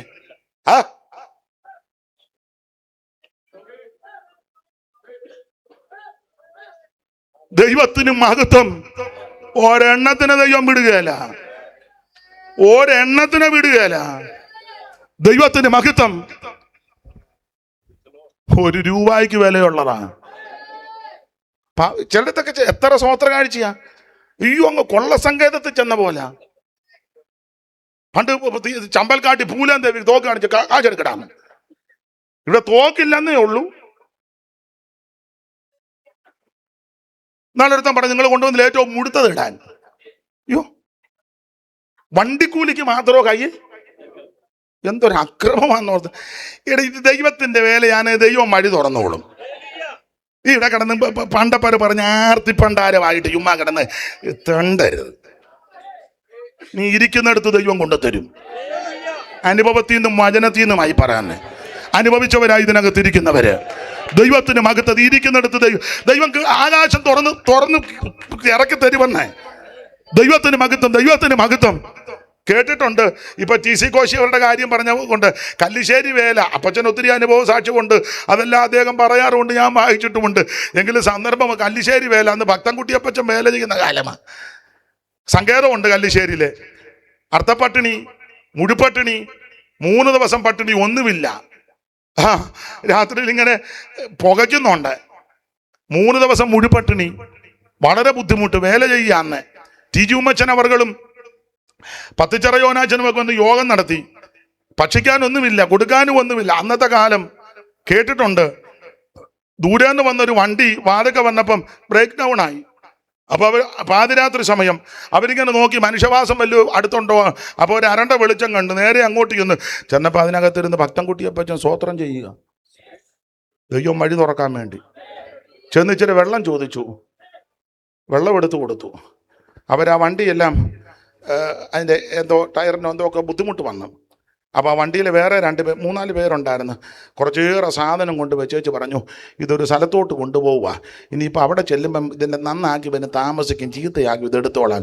കുറേയേറെ ഭക്ഷണ സാധനങ്ങൾ, കുറച്ച് പലചരക്ക് സാധനവും. ദൈവം വഴി തുറക്കുമോ? ദൈവം നീ ഇരിക്കുന്നിടത്ത് കൊണ്ടുവരുമെന്നായി പറഞ്ഞത്. സ്തോത്രം, സ്തോത്രം, സ്തോത്രം. ഇങ്ങനെ എത്ര 100 സംഭവങ്ങൾ ഞാൻ സന്ദർഭമായിട്ടൊന്ന് പറഞ്ഞു. നിങ്ങൾക്ക് വിത്തറി പറയാനുണ്ട്. ആ പന്തലിരിക്കുന്നവരുടെ കല്ലോട്ട് മൈക്ക് കൊടുത്ത് ഇതുപോലെ ആയിരക്കണക്കിന് വിഷയം പറയും. ദൈവം തുറക്കും, ദൈവം തുറക്കും, ദൈവം തുറക്കും. കാക്കകളെ നോക്കിടുവിൻ, വിതയ്ക്കുന്നില്ല, കൊയ്ത്ത് കള്ളപ്പൂരയൊന്നും നിറയ്ക്കുന്നില്ല. കാക്കകളെ നോക്കിടുവിൻ, ചേർന്ന് നിറയ്ക്കുന്നില്ല. വയലിലെ താമരകൾ വളരുന്നല്ലോ നന്നായി, വാനിലെ പറവകൾ. വയലിലെ താമരകൾ വളരുന്നല്ലോ നന്നായി, വാനിലെ പറവകൾ ഉന്നല്ലോ. എനിക്കായി കരുതാമെന്നുരച്ചവനെ ിടുമ്പോൾ എനിക്കായി കരുതുവാൻ ഒന്നോ ചുമത്തുന്ന ഭാരമെല്ലാം എനിക്കായി കരുതുവാൻ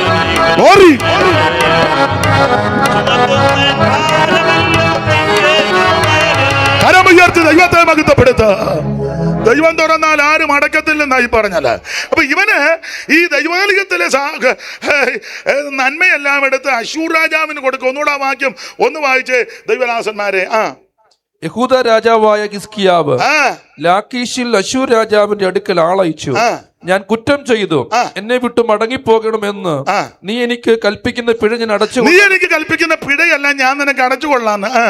അശ്ശൂർ രാജാവ് യഹൂദ രാജാവായ ഹിസ്കിയാവിന് 300 താലന്ത് വെള്ളിയും 30 താലന്ത് പൊന്നും പിഴ കൽപ്പിച്ചു. ഹിസ്കിയാവ് യഹോവയുടെ ആലയത്തിലും രാജധാനിയിലെ ഭണ്ഡാരത്തിലും കണ്ട വെള്ളിയൊക്കെയും കൊടുത്തു. എങ്ങനുണ്ട്? വല്യപ്പൻ പള്ളിക്കകത്ത് വടക്കുണ്ടാക്കി, മോൻ പള്ളി കയറുകല, കൊച്ചുമോൻ പള്ളി പൂട്ടി, കൊച്ചുമോന്റെ മകൻ പള്ളിക്കകത്തതെല്ലാം കൂടെ എടുത്ത് കൊടുക്കുക മാത്രമാണോ? 17-ാം വാക്യം വായിച്ചേ. എങ്കിലും അശ്ശൂർ രാജാവ് തർത്താനെയും, അല്ല അതിന്റെ മേളിലത്തെ വാക്യം, ആ കാലത്ത് യഹൂദ രാജാവായ ഹിസ്കിയാവ് യഹോവയുടെ മന്ദിരത്തിന്റെ വാതിലുകളിലും കട്ടിളകളിലും താൻ പൊതിഞ്ഞിരുന്ന പൊന്ന് പറിച്ചെടുത്ത് അശ്ശൂർ രാജാവിന് കൊടുത്തയച്ചു.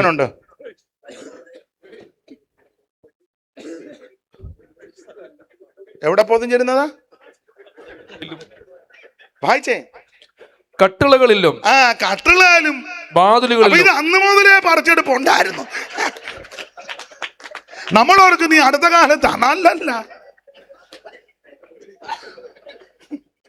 അവനതെല്ലാം കൂടെ പറിച്ചെടുത്ത്. അപ്പൊ ഇപ്പൊ പറിച്ചെടുക്കുന്നവരുടെ വല്യപ്പനാണ് ഹിസ്കിയാവ്.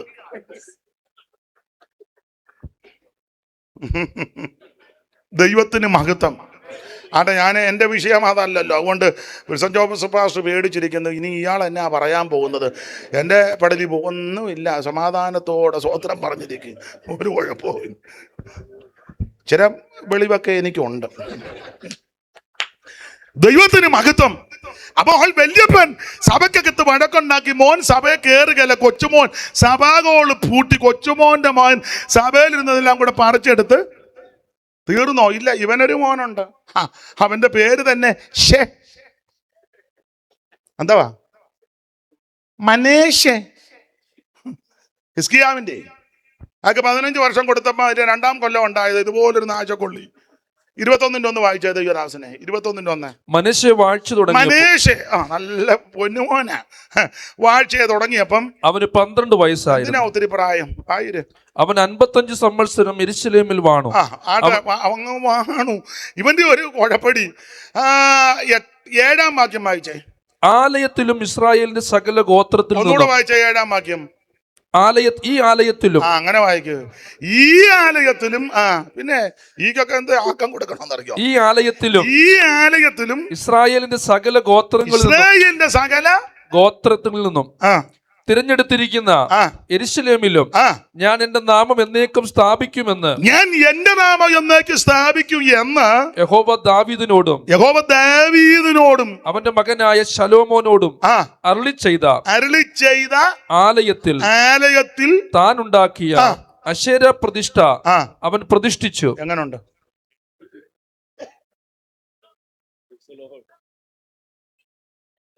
ദൈവം തമ്പുരാൻ തേജസ് ഇറങ്ങുന്ന ദൈവാലയത്തിൽ മോശ പ്രമാണമെല്ലാം കൂടെ കേട്ട് നിയമപ്രകാരം കൂടാരം പണിതു. കൂടാരം കൽപ്പിച്ചതുപോലെ. അങ്ങനെയാണ്ട് 40:16 ഒന്ന് വായിച്ചേ. 40:16 പുറപ്പാട്. കൽപ്പിച്ചതുപോലെ ഒന്ന് വായിച്ച. 40:16 അല്ലേ? മോശ അങ്ങനെ ചെയ്തു, യഹോവ തന്നോട് കൽപ്പിച്ചതുപോലെയൊക്കെയും അവൻ ചെയ്തു. കൽപ്പിച്ചതുപോലെ ഒക്കെയും. അങ്ങനെ കൽപ്പിച്ചതുപോലെ ചെയ്തപ്പോൾ എന്തോ സംഭവിച്ചു. 40-ാം വാക്യം. ഈ കണ്ണിക്ക് ഇതത്ര 30-ആണോ 34-ഓ? അപ്പോൾ മേഘം സമാഗമന കൂടാരത്തെ മൂടി. അപ്പോൾ എപ്പോൾ? കൽപ്പിച്ചതുപോലെ ചെയ്തപ്പോൾ. ഒരു കാര്യം തെളിയിക്കാം. ആ ഭാഗത്ത് ഈ 40-ാം അധ്യായത്തിൽ 8 പ്രാവശ്യമുണ്ട് കൽപ്പിച്ചതുപോലെ. ഇപ്പം വായിച്ച 16-ാം വാക്യം വായിച്ചത് സൂക്ഷിച്ചാ. മോശെ അങ്ങനെ ചെയ്തു. അപ്പം അത് 16-ാം വാക്യം. ഇനി അതിന്റെ 19-ാം വാക്യം വായിച്ചേ. അവൻ മൂടുവിരി തിരുനിവാസത്തിന്മേൽ വിരിച്ചു, അതിന്മീത് മൂടുവിരിയുടെ പുറമൂടിയും വിരിച്ചു. യഹോവ മോശയോട് കൽപ്പിച്ചതുപോലെ. 21-ാം വാക്യം വായിച്ചേ. പെട്ടകം തിരുനിവാസത്തിൽ കൊണ്ടുവന്നു മറയുടെ തിരശ്ശീല തൂക്കി സാക്ഷ്യപ്പെട്ടകം മറച്ചു. യഹോവ മോശയോട് കൽപ്പിച്ചതുപോലെ. 23-ാം വാക്യം വായിച്ചേ. അതിന്മേൽ യഹോവയുടെ സന്നിധിയിൽ അപ്പമെടുത്ത് അടുക്കി വെച്ചു. യഹോവ മോശയോട് കൽപ്പിച്ചതുപോലെ തന്നെ. 24-ാം വാക്യം വായിച്ചേ. സമാഗമന കൂടാരത്തിൽ മേശയ്ക്ക് നേരെ തിരുനിവാസത്തിന്റെ തെക്കുവശത്ത് നിലവിളക്ക് വെക്കുകയും യഹോവയുടെ സന്നിധിയിൽ ദീപം കൊളുത്തുകയും ചെയ്തു. യഹോവ മോശയോട് കൽപ്പിച്ചതുപോലെ തന്നെ. 29-ാം വാക്യം വായിച്ചേ.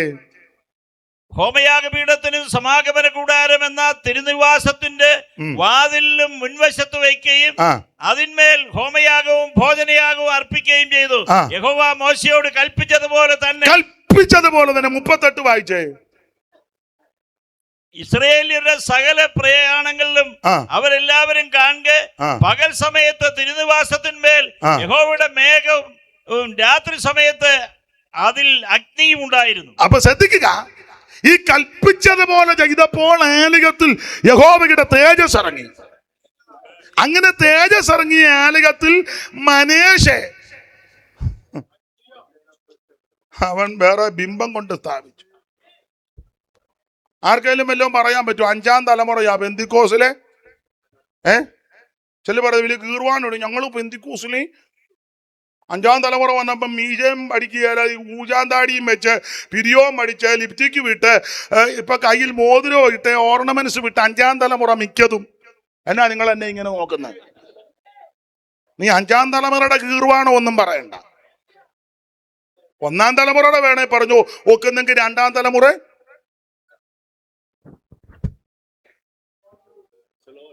എന്നാ നിങ്ങൾക്കല്ല ഒരു അരുതാഴിയ പോലെ. 5-ാം തലമുറ വന്നപ്പോ അകത്ത് കൊണ്ട് ഓരോന്ന് സ്ഥാപിക്കുന്നെന്ന് ആർക്കാലും വല്ലോ എതിർക്കാൻ പറ്റുമോ?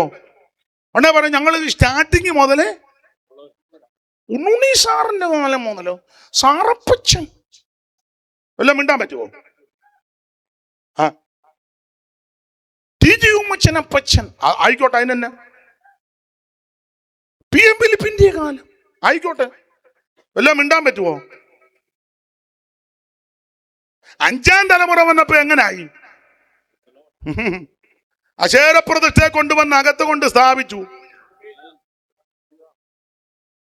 ഞാൻ ആരെയും വ്യക്തിഹത്യ നടത്തുകയല്ല, നമുക്കെല്ലാം ഒരു മടങ്ങി വരവ് ആവശ്യമാണ്. ദൈവത്തിന് മകത്ത് പള്ളിക്കകത്ത് വഴക്കുണ്ടാക്കുന്നവൻ, പള്ളി കയറാത്തവൻ, പള്ളി പൂട്ടിയവൻ, പള്ളി സാധനം എടുത്ത് പറിച്ചു കൊടുക്കുന്നവൻ, പള്ളിക്കകത്ത് ബിംബം കൊണ്ട് സ്ഥാപിച്ചവൻ. ഇവരുടെ കാലത്തായി യെശയ്യാവ് ശുശ്രൂഷിച്ചത് 50 കൊല്ലം. വലിയ ബുദ്ധിമുട്ടാ. എന്നാൽ ഒരു കാര്യം പറഞ്ഞങ്ങ് വിടാ, ഈ 50 കൊല്ലം യെശയ്യാവ് ഇവിടെ ശുശ്രൂഷിക്കാൻ കാരണം എന്നാ? കാരണം സുവിശേഷ പുസ്തകത്തിൽ ഇങ്ങനെ വായിക്കുന്നു, യെശയ്യാവ് യേശുക്രിസ്തുവിന്റെ തേജസ് കണ്ടു, അതുകൊണ്ടാണ് ഇങ്ങനെ ശുശ്രൂഷിച്ചേ.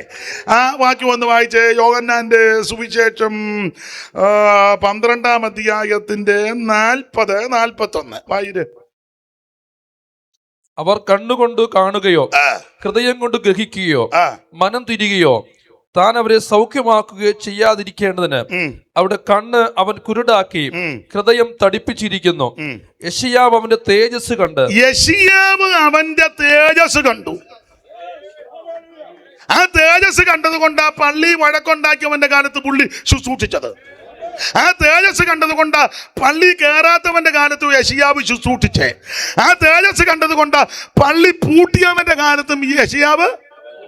ഞാൻ എൻ്റെ സഹപഠന്മാരോടൊരു കാര്യം പറയാം, എല്ലാവരോടും പറയാം. പള്ളി വടക്കുണ്ടാക്കുന്നവൻ കാണും, പള്ളി പൂട്ടുന്നവൻ കാണും, പള്ളി സാധനം എടുത്ത് വിൽക്കുന്നവൻ കാണും. പക്ഷേ നീ അതൊന്നും കാണണ്ട, നീ യേശുവിൻ്റെ തേജസ് കാണണം. ദൈവത്തിന് മഹത്വം. യേശുവിൻ്റെ തേജസ് കണ്ടാൽ മതി. ഈ ബാക്കി കാഴ്ച ഒന്നും കാണാതിരിക്കുന്നതാണ് നല്ലത്. കാണാനാന്ന് എന്തെല്ലാം ഉണ്ടില്ലേ? അയ്യോ, എന്തെല്ലാം ഉണ്ട് കാണാൻ, കാണിക്കാൻ എന്തെല്ലാം ഉണ്ട്. പണ്ട് ഭീമൻ കണ്ടതുപോലെ കല്ലോലജാലം കളിക്കുന്ന കണ്ടു, അത് പുള്ളി അത് കണ്ടു. കമലമണി നിറമുട്ടയ കമലം അത് കണ്ടു, അതും കണ്ടു. കല്യാണിമാരും കുളിക്കുന്ന കണ്ടു, അതും കണ്ടു. പുല്ലുമയ്ക്കൊട്ട് ചട്ടില്ല ചില വട്ടവും അത് കണ്ടു. അന്നങ്ങളങ്ങൂ പറക്കുന്ന കണ്ടു. അനതരനമവയ്ക്കൊട്ടൊക്കെ നടനം അത് കണ്ടു, അതും കണ്ടു. ചക്രവാകങ്ങളുടെ വിക്രമം കണ്ടു, അതും കണ്ടു.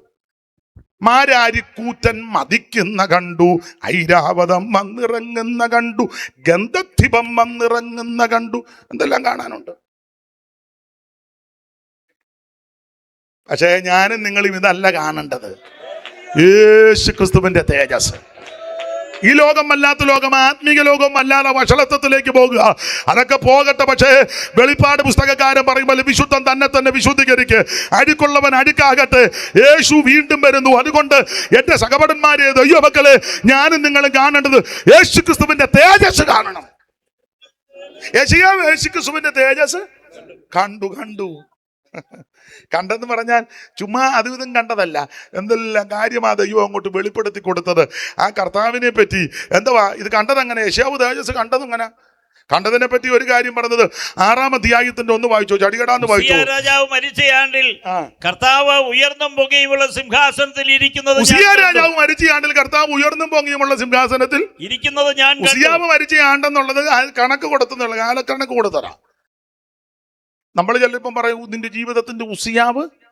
ഞാനും പറഞ്ഞിട്ടുണ്ട്, കുഴപ്പമൊന്നുമില്ല. പക്ഷെ ഉസിയാവ് മരിച്ചെന്ന് പറഞ്ഞത് ഒരു കണക്കാ. ഇന്ന രാജാവ് മരിച്ചയാണ്ടിൽ, അല്ലെ ഇന്ന രാജാവ് മരിച്ചയാണ്ടിൽ ഉസിയാവ് മരിച്ച. ഇതുപോലെ വേറൊരു കണക്കുണ്ടല്ലോ, മരിച്ചയാണ്ട് 14:28 വായിച്ച യെശയ്യാവ് 14:28. അവിടെ മരിച്ച കണക്കല്ലേ? ആകാശ് രാജാവ് മരിച്ചയാണ്ടിൽ അവിടെ അങ്ങനെ തന്നെ കൊടുത്തത്. ആകാശ് രാജാവ്, അതാ കണക്ക് തെളിയിക്കാൻ, ചരിത്രം തെളിയിക്കാൻ പറഞ്ഞതാ. മറുവശമുണ്ട്, ഉസിയാവ് മരിച്ച ആണ്ടിൽ യെശയ്യാവ് ഒരു സിംഹാസനം കാണുന്നു, ഉയർന്നും പൊങ്ങിയുമുള്ള ഒരു സിംഹാസനം. യോഹന്നാന്റെ സുവിശേഷത്തിൽ വായിച്ചത് യേശു ക്രിസ്തുവിനെ കണ്ടെന്നാ, തേജസ് കണ്ടെന്നാ. അത് ഈ 6-ാം അധ്യായത്തിൽ ഉയർന്നും പൊങ്ങിയും സിംഹാസനത്തിൽ കർത്താവ് ഇരിക്കുന്നു, തേജസ് കണ്ടു. അതിന് വേറൊരു ചരിത്രവശം, ഉസിയാവ് ഇവര് ബന്ധുക്കളാ, രാജകുടുംബത്തിൽപ്പെട്ടവരാ. അപ്പൊ ഉസിയാവിന്റെ ഭരണം നല്ലതായിരുന്നു.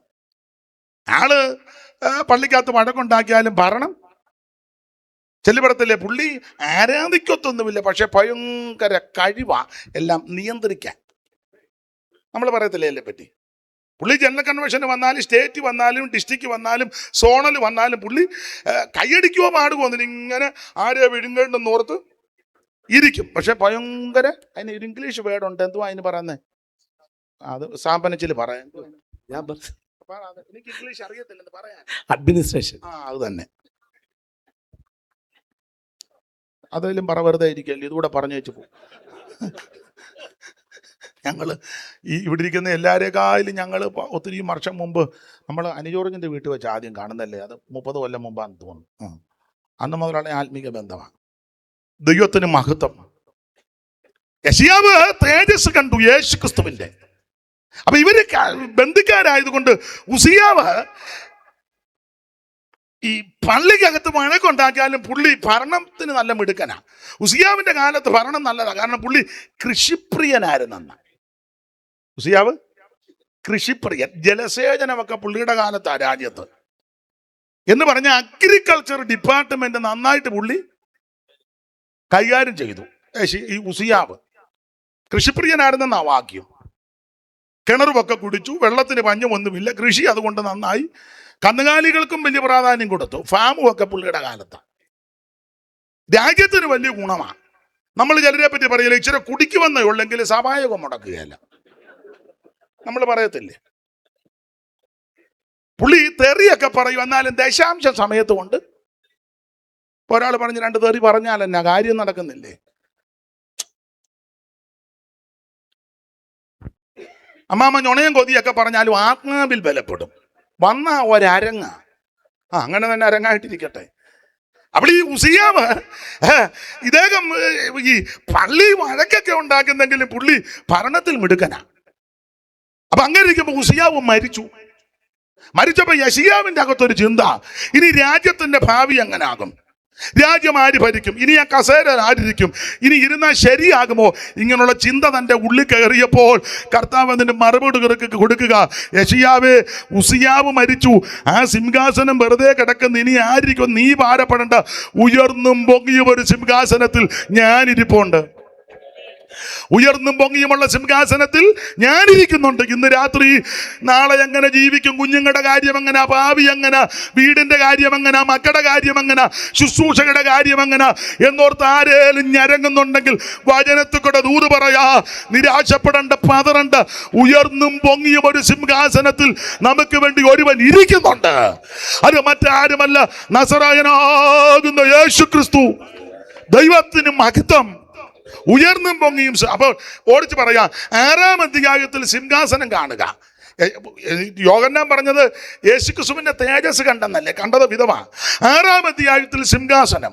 ഇനി പെട്ടെന്ന് ഇടയ്ക്കത്തെ എല്ലാം ഞാനങ്ങ് വിടുക, കാരണം സമയമാകുന്നല്ലോ. എനിക്ക് ഇതൊക്കെ പ്രസംഗിക്കണമെങ്കിൽ ഒരു 2-3 മണിക്കൂറെങ്കിലും കിട്ടിയ എൻ്റെ രീതി അനുസരിച്ച് പറയാം. പക്ഷേ നമുക്ക് നാളെ സഭായമുണ്ട്, നിങ്ങളെക്കാളെല്ലാം ദൂരെ പോകേണ്ട ആളാണ് ഞാൻ. എനിക്ക് നാളെ അങ്ങ് തമിഴ്നാട്ടിൽ ചെല്ലണം. ഇന്ന് രാത്രി ഞാൻ തിരിക്കും, അത് വേറെ വിഷയം.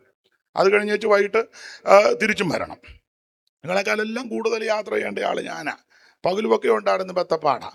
ഇനി നിങ്ങളങ്ങോട്ട് ചെന്ന് വെച്ചാൽ ഉണക്കച്ചപ്പാത്തി 2 എണ്ണം മുറിച്ച് തിന്ന് കയറി കിടക്കാനല്ലയോ? അതും എനിക്കറിയാം, ഇരിപ്പ് കാണുമ്പോൾ അറിയാം. ഉള്ളതാട്ടെ. അപ്പൊ ഈ 6-ാം അധ്യായത്തിൽ അവൻ സിംഹാസനം കണ്ടു യെശയ്യാവ്. ഇനി 53-ാം അധ്യായത്തിന്റെ 7-ാമത്തെ വാക്യം വായിച്ചേ. 53-ന്റെ 7. തന്നെത്താൻ താഴ്ത്തി വായ തുറക്കാതെ ഇരുന്നിട്ടും പിന്നെ അവൻ പീഡിപ്പിക്കപ്പെട്ടു. അടുത്തതാ, കൊല്ലുവാൻ കൊണ്ടുപോകുന്ന കുഞ്ഞാടിനെ പോലെയും. 53-ൽ കുഞ്ഞാടിനെ കാണുന്നു. 6-ാം അധ്യായത്തിൽ സിംഹാസനം കാണുന്നു. 53 കുഞ്ഞാടിനെ കാണുന്നു. രോമം കത്തിരിക്കുന്നവരുടെ ഇടയിൽ മിണ്ടോടെ ഇരിക്കുന്ന ഒരു കുഞ്ഞാട്. ഇതാ യെശയ്യാവ് കണ്ടത്. ഇത് യെശയ്യാവ് 6-ൽ സിംഹാസനവും 53-ൽ കുഞ്ഞാടും. ഇത് പുതിയ നിയമത്തിലേക്ക് വരുമ്പോൾ വായിച്ച് വെളിപ്പാട് 5:1 അടുപ്പിച്ചടുപ്പിച്ച് വരുന്ന കാണാം. വെളിപ്പാട് 5:1 പെട്ടെന്ന് വായിച്ചോ, സമയം പോകുന്നു. ബഹുമാനപ്പെട്ട മാസ്റ്റർ വാച്ചയിലൊക്കെ നോക്കുന്നത് സിംഹാസനത്തിൽ ഇരിക്കുന്നവന്റെ വലം കൈയിൽ. അപ്പൊ 5-ാം അധ്യായത്തിന് 1-ൽ സിംഹാസനം കാണുന്നു. ഇനി അതിന്റെ 5-ന്റെ 7 വായിച്ചേ. 7 അവൻ വന്ന് സിംഹാസനത്തിൽ ഇരിക്കുന്നവന്റെ വലം കൈയിൽ നിന്ന് പുസ്തകം വാങ്ങിയപ്പോൾ 4 ജീവികളും. 5-ാം വാക്യം വായിച്ചോ. 5-ന്റെ 5. അപ്പോൾ ഒരുത്തൻ എന്നോട് കരയണ്ട, യഹൂദാ ഗോത്രത്തിന്റെ സിംഹവും ദാവീദിന്റെ പേരുവായും പുസ്തകം വാങ്ങുവാനും മുദ്ര പൊട്ടിക്കുവാനും ജയം പ്രാപിച്ചിരിക്കുന്നു. അടുത്ത വാക്യം. ഞാൻ സിംഹാസനത്തിന്റെയും 4 ജീവികളുടെയും നടുവിലും മൂപ്പന്മാരുടെ മധ്യത്തിലും ഒരു കുഞ്ഞാടിറക്കപ്പെട്ടിരിക്കുന്നു. അപ്പോൾ യെശയ്യാവ് 6-ൽ സിംഹാസനം, 53 കുഞ്ഞാട്. അത് പുതിയ നിയമത്തിലേക്ക് വരുമ്പോൾ 5-ന്റെ 1-ൽ സിംഹാസനം, 5-ന്റെ 6-ൽ കുഞ്ഞാട്. ഇനി വെളിപ്പാട് 7-ാം അധ്യായത്തിന്റെ 10 അടുത്തടുത്ത് വരിക.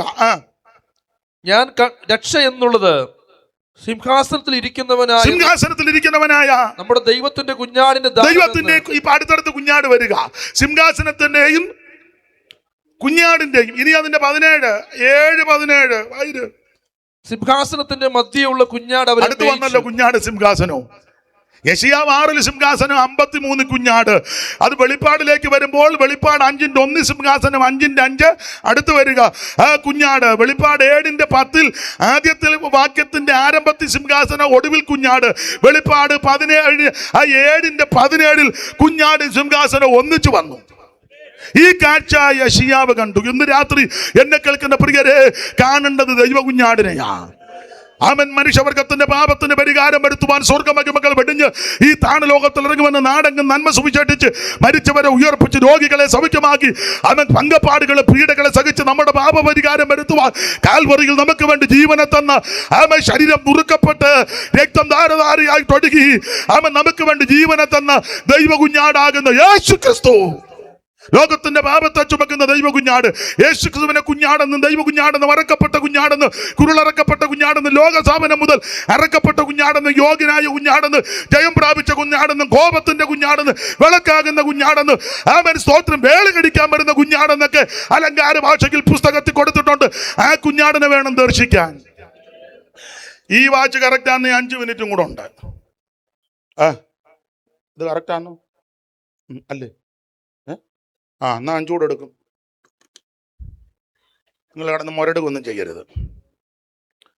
കഴിഞ്ഞ ദിവസം ഒരു സ്ഥലത്ത് പ്രസംഗിക്കാൻ പോയപ്പോൾ അവിടെ ഇരുന്ന് നടത്തിപ്പുകാരൻ ഉപദേശി ചൊവ്വിനിരിക്കുകയായിരുന്നു. ഇങ്ങനെ ഇരിക്കാൻ പുള്ളിയാണ്. അപ്പോൾ സമയം വന്ന പുള്ളി ഇങ്ങനെ മുന്നോട്ട് കയറി എന്ന് പറഞ്ഞ് അങ്ങോട്ട് വരാൻ പറഞ്ഞു, കയറിയിരിക്കാൻ പറഞ്ഞു. ഇങ്ങനെ തള്ളി മുന്നോട്ട് വരുന്നത്.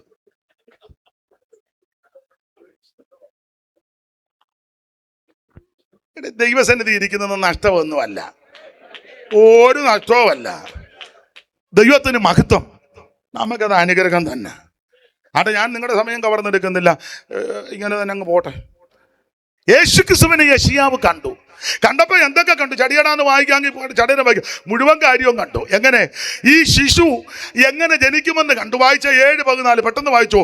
7:14 എങ്ങനെ ശിശു ജനിക്കും അറിയുമല്ലോ എന്ന് കന്യഗർഭിണിയായ ഒരു മകനെ പ്രസവിക്കും, അവൻ ഇമ്മാനുവേൽ എന്ന് പേർ വിളിക്കും. നമ്മോട് കൂടെ ഇരിക്കുന്നവൻ. അത് യെശയ്യാവ് കണ്ടു. കന്യക ഗർഭിണിയായി. പണ്ടൊരു ഹിന്ദു സഹോദരൻ നമ്മുടെ ഒരു ഉപദേശിയോട് ചോദിച്ചു, കന്യക എങ്ങനെയാ ഗർഭിണിയാകുന്നത്? കൊടുക്കാൻ ചോദിച്ചതാ. പുള്ളി പറഞ്ഞു, ചെവിക്കകത്തൂടെ കൊച്ചു വരുന്നെങ്കിൽ പിന്നെ കന്യക ഗർഭിണിയാകുന്നത് വലിയ ഒന്നുമല്ല. എന്നാ ആട്ടെന്ന് പുള്ളി. കന്യകാസുതനായി തരയിൽ വന്നുദിച്ച ധന്യനിമാനുവൽ ഇവൻ താനെ. മോനെ വായിക്കാൻ നേരമില്ല, അതുകൊണ്ട് നിങ്ങൾ ഇരുന്നു, സമയം പോയി. നീക്കുവിൻ ഇവനെ എന്നലറി ശത്രുഗണം ക്രൂശിപ്പാൻ കൊടുത്തോനും ഇവൻ താനെ. ആദിയിൽ പറുദീസിൽ നാഥൻ വാക്കു ചൊന്ന നാരികിൻ സന്തതി ഇവൻ താനേ.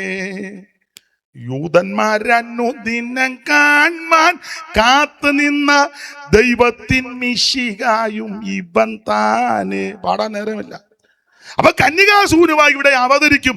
അത് യെശയ്യാവിന് വെളിപ്പെട്ടു. കന്യക ഗർഭിണിയായ ഒരു മകനെ. മാത്രമാണോ ശിശുവിന്റെ വിശേഷത 9:6. നമുക്കൊരു ശിശു ജനിച്ചിരിക്കുന്നു, നമുക്കൊരു മകൻ നൽകപ്പെട്ടിരിക്കുന്നു, ആധിപത്യം അവന്റെ തോളിൽ ഇരിക്കും, അവൻ അത്ഭുത മന്ത്രി, വീരനാം ദൈവം. യേശു ദൈവമല്ലെന്ന് പറയുന്ന വെടലകൾക്കുള്ള വാക്യമായത്. അവിടുന്ന് വീരനാം ദൈവമാ. പിന്നെ നിത്യപിതാവ്, സമാധാന പ്രഭു എന്ന്. അപ്പൊ അതും യെശയ്യാവിന് വെളിപ്പെട്ടു. എങ്ങനെ ജനിക്കും? കന്യകാസൂനുവായി ജനിക്കും.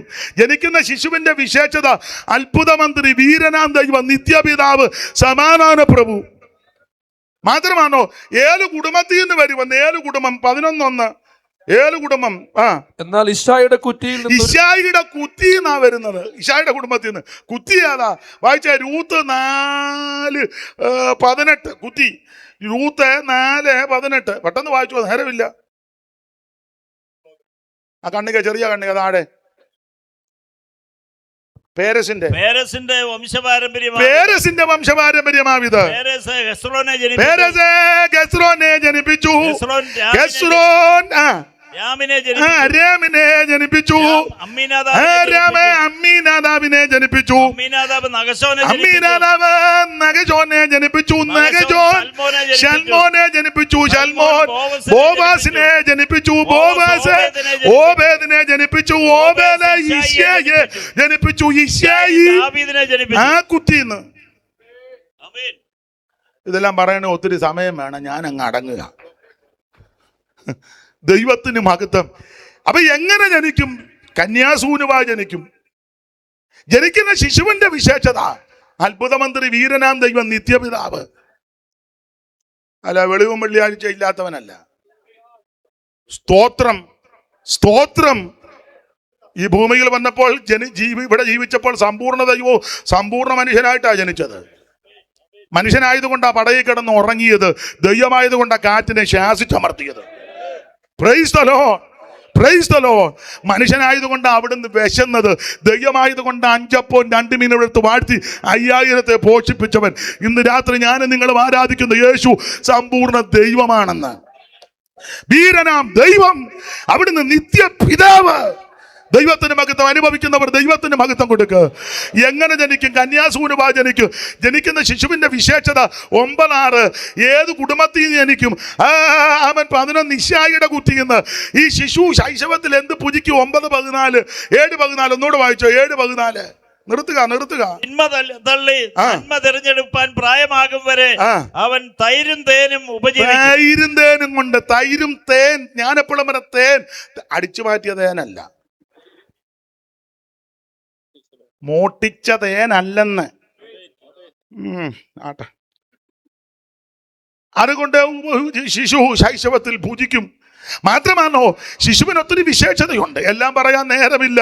ഒടുവിൽ ഈ ശിശുവിന്റെ ആദ്യത്തെ ശുശ്രൂഷ അത് 9:1. യെശയ്യാവ് 9:1 വായിച്ചോ.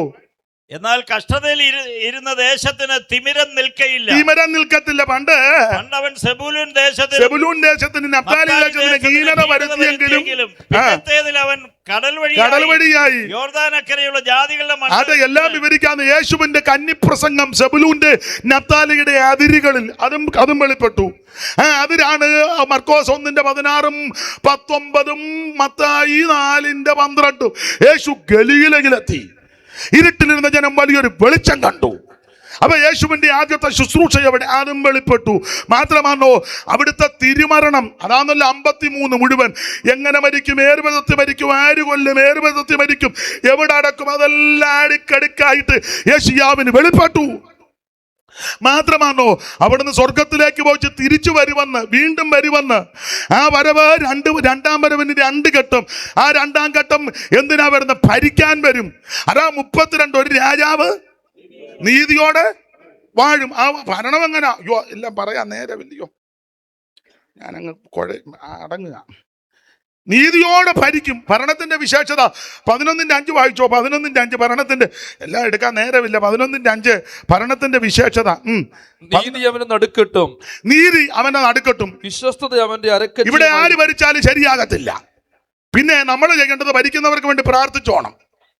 പുസ്തകം അങ്ങനെ പഠിപ്പിക്കുന്നത് ആര് ഭരിച്ചാലും ശരി. കാരണം നല്ല ആഗ്രഹമുള്ളവനെ സമ്മതിക്കുകയല്ലോ. സമ്മതിക്കുവോ? സത്യം പറയല്ലേ?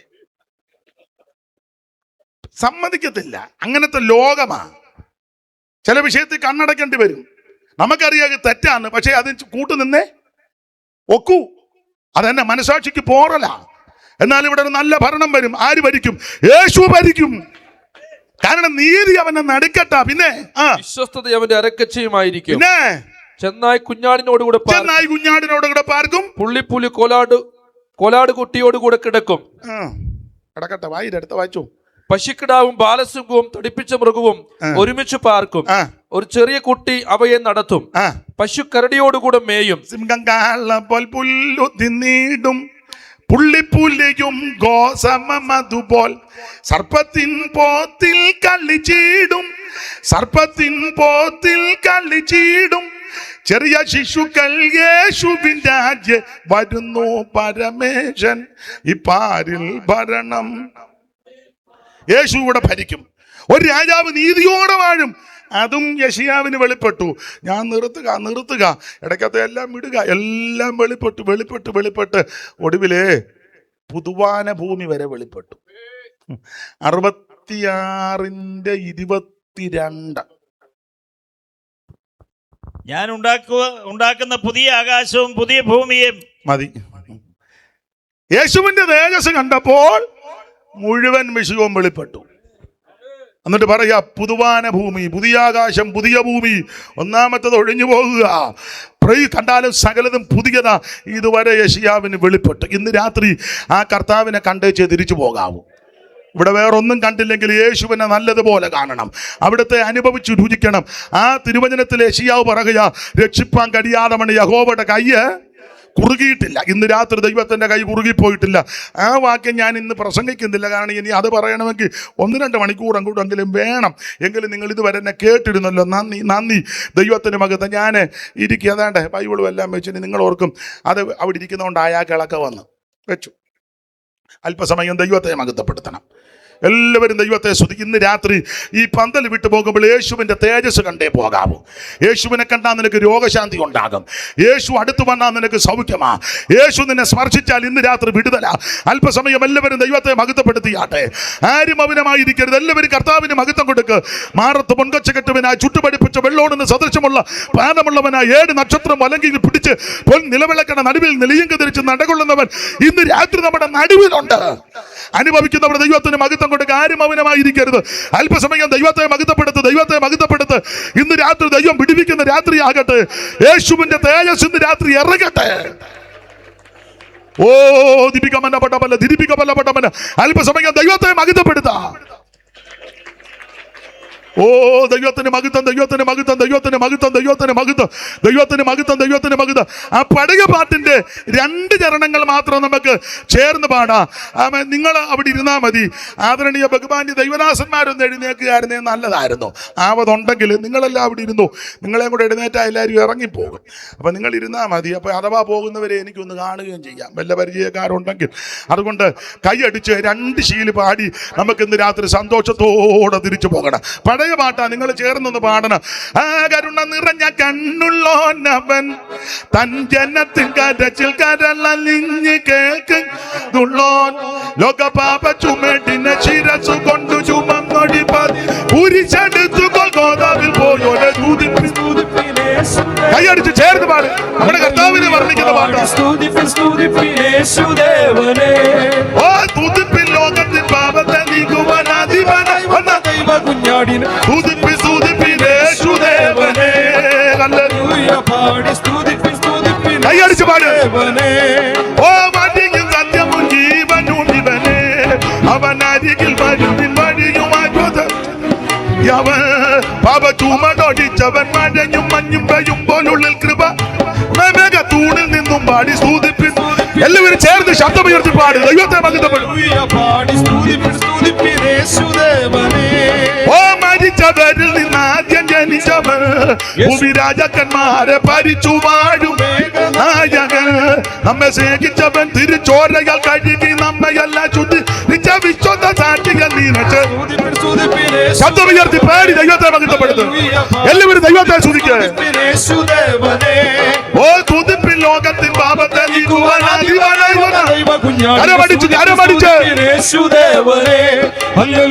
പാടി സ്തുതിപ്പിൻ യേശുദേവനെ.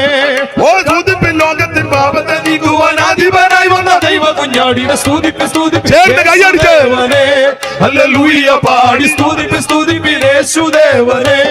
ഓ 7 പൊന്നിലെ വിളക്കുകൾ നടുവിൽ നിലയങ്കി ധരിച്ചു 7 നക്ഷത്രം മാവിൽ പൊൻകാച്ച പൂണ്ടും വായിലിരുമുനവാളുമത്തി ജ്വാല പോലെ ഉള്ള മാനവ മകന് യേശുദേവനെ. ഹല്ലേലൂയ പാടി ഇന്ന് രാത്രി ദൈവത്തെ മഹത്വപ്പെടുത്ത എല്ലാവരും ആമേ. തുതിപ്പിൻ ലോകത്തിൽ പാപത്തെ നീക്കുവാൻ കൈയടിച്ച് ദൈവത്തെ സ്തുതിക്ക്, ദൈവത്തെ മഹത്വപ്പെടും. ഓ കാലുകൾ ഉലകിൽ കാച്ചി പഠിപ്പിച്ച നല്ല പിച്ചള കൊത്തതും ഉപകപാപമാദിത്യൻ ശക്തിയോട് പ്രകാശിക്കും പോലെ തല മുടിത വളപ്പൻ പോലെ ഇരിക്കുന്ന ദൈവപുത്ര. സ്തുതിപ്പിൻ അല്പസമയം ദൈവത്തെ ആരാധിക്കുക, ദൈവത്തെ ആരാധിക്കുക. ഓ സ്തുതിപ്പിൻ ലോകത്തിൻ പാപത്തെ നീക്കുവാൻ അധിപനായി വന്ന കൈയടിച്ച് ദൈവത്തെ മഹിതപ്പെടും. ഓ ഹല്ലേലൂയ പാടി സ്തുതിപ്പിൻ സ്തുതിപ്പിൻ. ഓ വളരെ വെള്ളത്തിൽ ഇരച്ചിൽ കോർത്തതു അവ കല്ലറയിൽ നിന്നും വലിയ മരിച്ചോട് ഉയർത്തും. വല്ലഭമുള്ളത് എളിയ ജയമഞ്ചി വലിയ ഗംഭീര ശബ്ദമുള്ളോരെ സൂചിപ്പി സൂചിപ്പി. ഇന്ന് രാത്രി ദൈവത്തെ മഹിതപ്പെടുത്തി, ദൈവത്തെ മഹിതപ്പെടുത്തി. ഓ വലിയ ദൈവദൂതന്റെ ശബ്ദമു ദൈവകാകളവും തന്റെ വിളിയോടിട കലർന്നു മുഴങ്ങവേ വനലോകത്തിൽ നിന്ന് ചുറ്റോലിക്കും അഗ്നിനകത്തിൽ വെളിപ്പെടും കലങ്ങ് മക്കളാനന്ദിക്ക് സൂചിപ്പി സൂചിപ്പി. ശക്തിയോടെ കൈയടിച്ച് ഊടാറവ ചെയ്തൽ കമനവനവനവ തിരിപിക്കും. ഓ ഹല്ലേലൂയ പാടി സ്തുതിപ്പിൻ യേശുവേ. യേശുനാമത്തിനു ജയം അല്ലലനാമവൻ അകലെ കളയുമേ. യേശു രാജാവിനോ ചെന്ന നല്ലവനാം യേശുരാജൻ വരും സർവ്വവല്ലഭൻ വേഗം വരണമേ. സ്തുതിപ്പിൻ സ്തുതിപ്പിൻ. ഊടാറവ ശബലപടബല തിരിപികബലപടബല. ഇന്ന് രാത്രി ദൈവത്തെ മഹിതപ്പെടുത്ത്, ദൈവത്തെ മഹിതപ്പെടുത്ത്. ഈ രാത്രി ദൈവമഹിതം വെളിപ്പെടട്ടെ, ദൈവശക്തി ഇന്ന് രാത്രി വെളിപ്പെടട്ടെ, ദൈവമഹിതം വെളിപ്പെടട്ടെ. യേശുവിന്റെ നാമത്തിൽ, യേശുവിൻ നാമത്തിൽ അർത്ഥനാ ജലാധാര വൈഡപ്പുടമനപടമന. ഇന്ന് രാത്രി ദൈവമഹിതം വെളിപ്പെടട്ടെ, ദൈവശക്തി വെളിപ്പെടട്ടെ. ഓ ദിപികബലപടമന ദിരിപികബലപടമന അന്തരാ ജലാധാര വൈഡപ്പുടമനപടമന ദീവനവംശ സൈതൽകമനപടമന. ഇന്ന് രാത്രി ദൈവത്തെ മഹിതപ്പെടുത്ത്, ദൈവശക്തി ഇന്ന് രാത്രി രോഗശാന്തി ഉണ്ടാകട്ടെ, വിടുതൽ ഉണ്ടാകട്ടെ, ദൈവ കൃപ ഇന്ന് രാത്രി പകരട്ടെ. ഓ ദിപികബലപടമന ദിരിപികബലപടമന. ദൈവത്തിന് മഹിതം, ദൈവത്തിന് മഹിതം, ദൈവത്തിന് മഹിതം, ദൈവത്തിന് മഹിതം, ദൈവത്തിന് മഹിതം. മാരത്ത് പൊൻകൊച്ച കെട്ടുവൻ, ആകാശത്ത് വെള്ളിക്കോൽ കൊണ്ട് അളക്കുന്നവൻ, ഭൂമിയിലും പൊടിയെല്ലാം നേടികൾ കൊണ്ടിരിക്കുന്നവൻ ഇന്ന് രാത്രി നമ്മുടെ നടുവിൽ ഉടാതിക്കൊണ്ടിരിക്കുക. ധന്യനാകുന്ന ഏകാധിപതി അവർച്ചതയുള്ളവൻ. ഓ ദൈവത്തിന് മഹിതം, ദൈവത്തിന് മഹിതം. അർത്ഥനാ ജലാധാര വൈഡപ്പുടമനപടമല്ല. ദൈവത്തിന് മഹിതം, ദൈവത്തിന് മഹിതം, ദൈവത്തിന് മഹിതം, ദൈവത്തിന് മഹിതം, ദൈവത്തിന് മഹിതം, ദൈവത്തിന് മഹിതം, ദൈവത്തിന് മഹിതം, ദൈവത്തിന് മഹിതം, ദൈവത്തിന് മഹിതം, ദൈവത്തിന് മഹിതം. Hallelujah hallelujah. കരമുയർത്തി ദൈവത്തെ സ്തുതിക്കാം. ഒരിക്കൽ കൂടി ദൈവത്തെ മഹിതപ്പെടുത്താം. ഒരു മിനിറ്റ് ഒന്ന് എഴുന്നേറ്റ് നിൽക്കാമോ? എല്ലാവരും നമ്മുടെ കൺവെൻഷന്റെ സമാപന രാത്രിയാണല്ലോ. ദൈവം ഇതുവരെ സഹായിച്ചു. ഒരു മിനിറ്റ് ഒക്കുന്നെങ്കിൽ കരങ്ങൾ രണ്ടും ഒന്ന് ഉയർത്തി വീശി ദൈവത്തെ എല്ലാവരും മഹത്വപ്പെടുത്ത്. ഇന്നും എന്നേക്കും വേർപിരിയാതെ ക്രിസ്തുവിൻ കരങ്ങൾ വീശി പാർക്കുന്ന കരങ്ങൾ വീശി ക്രിസ്തുവിൻ കൂടെ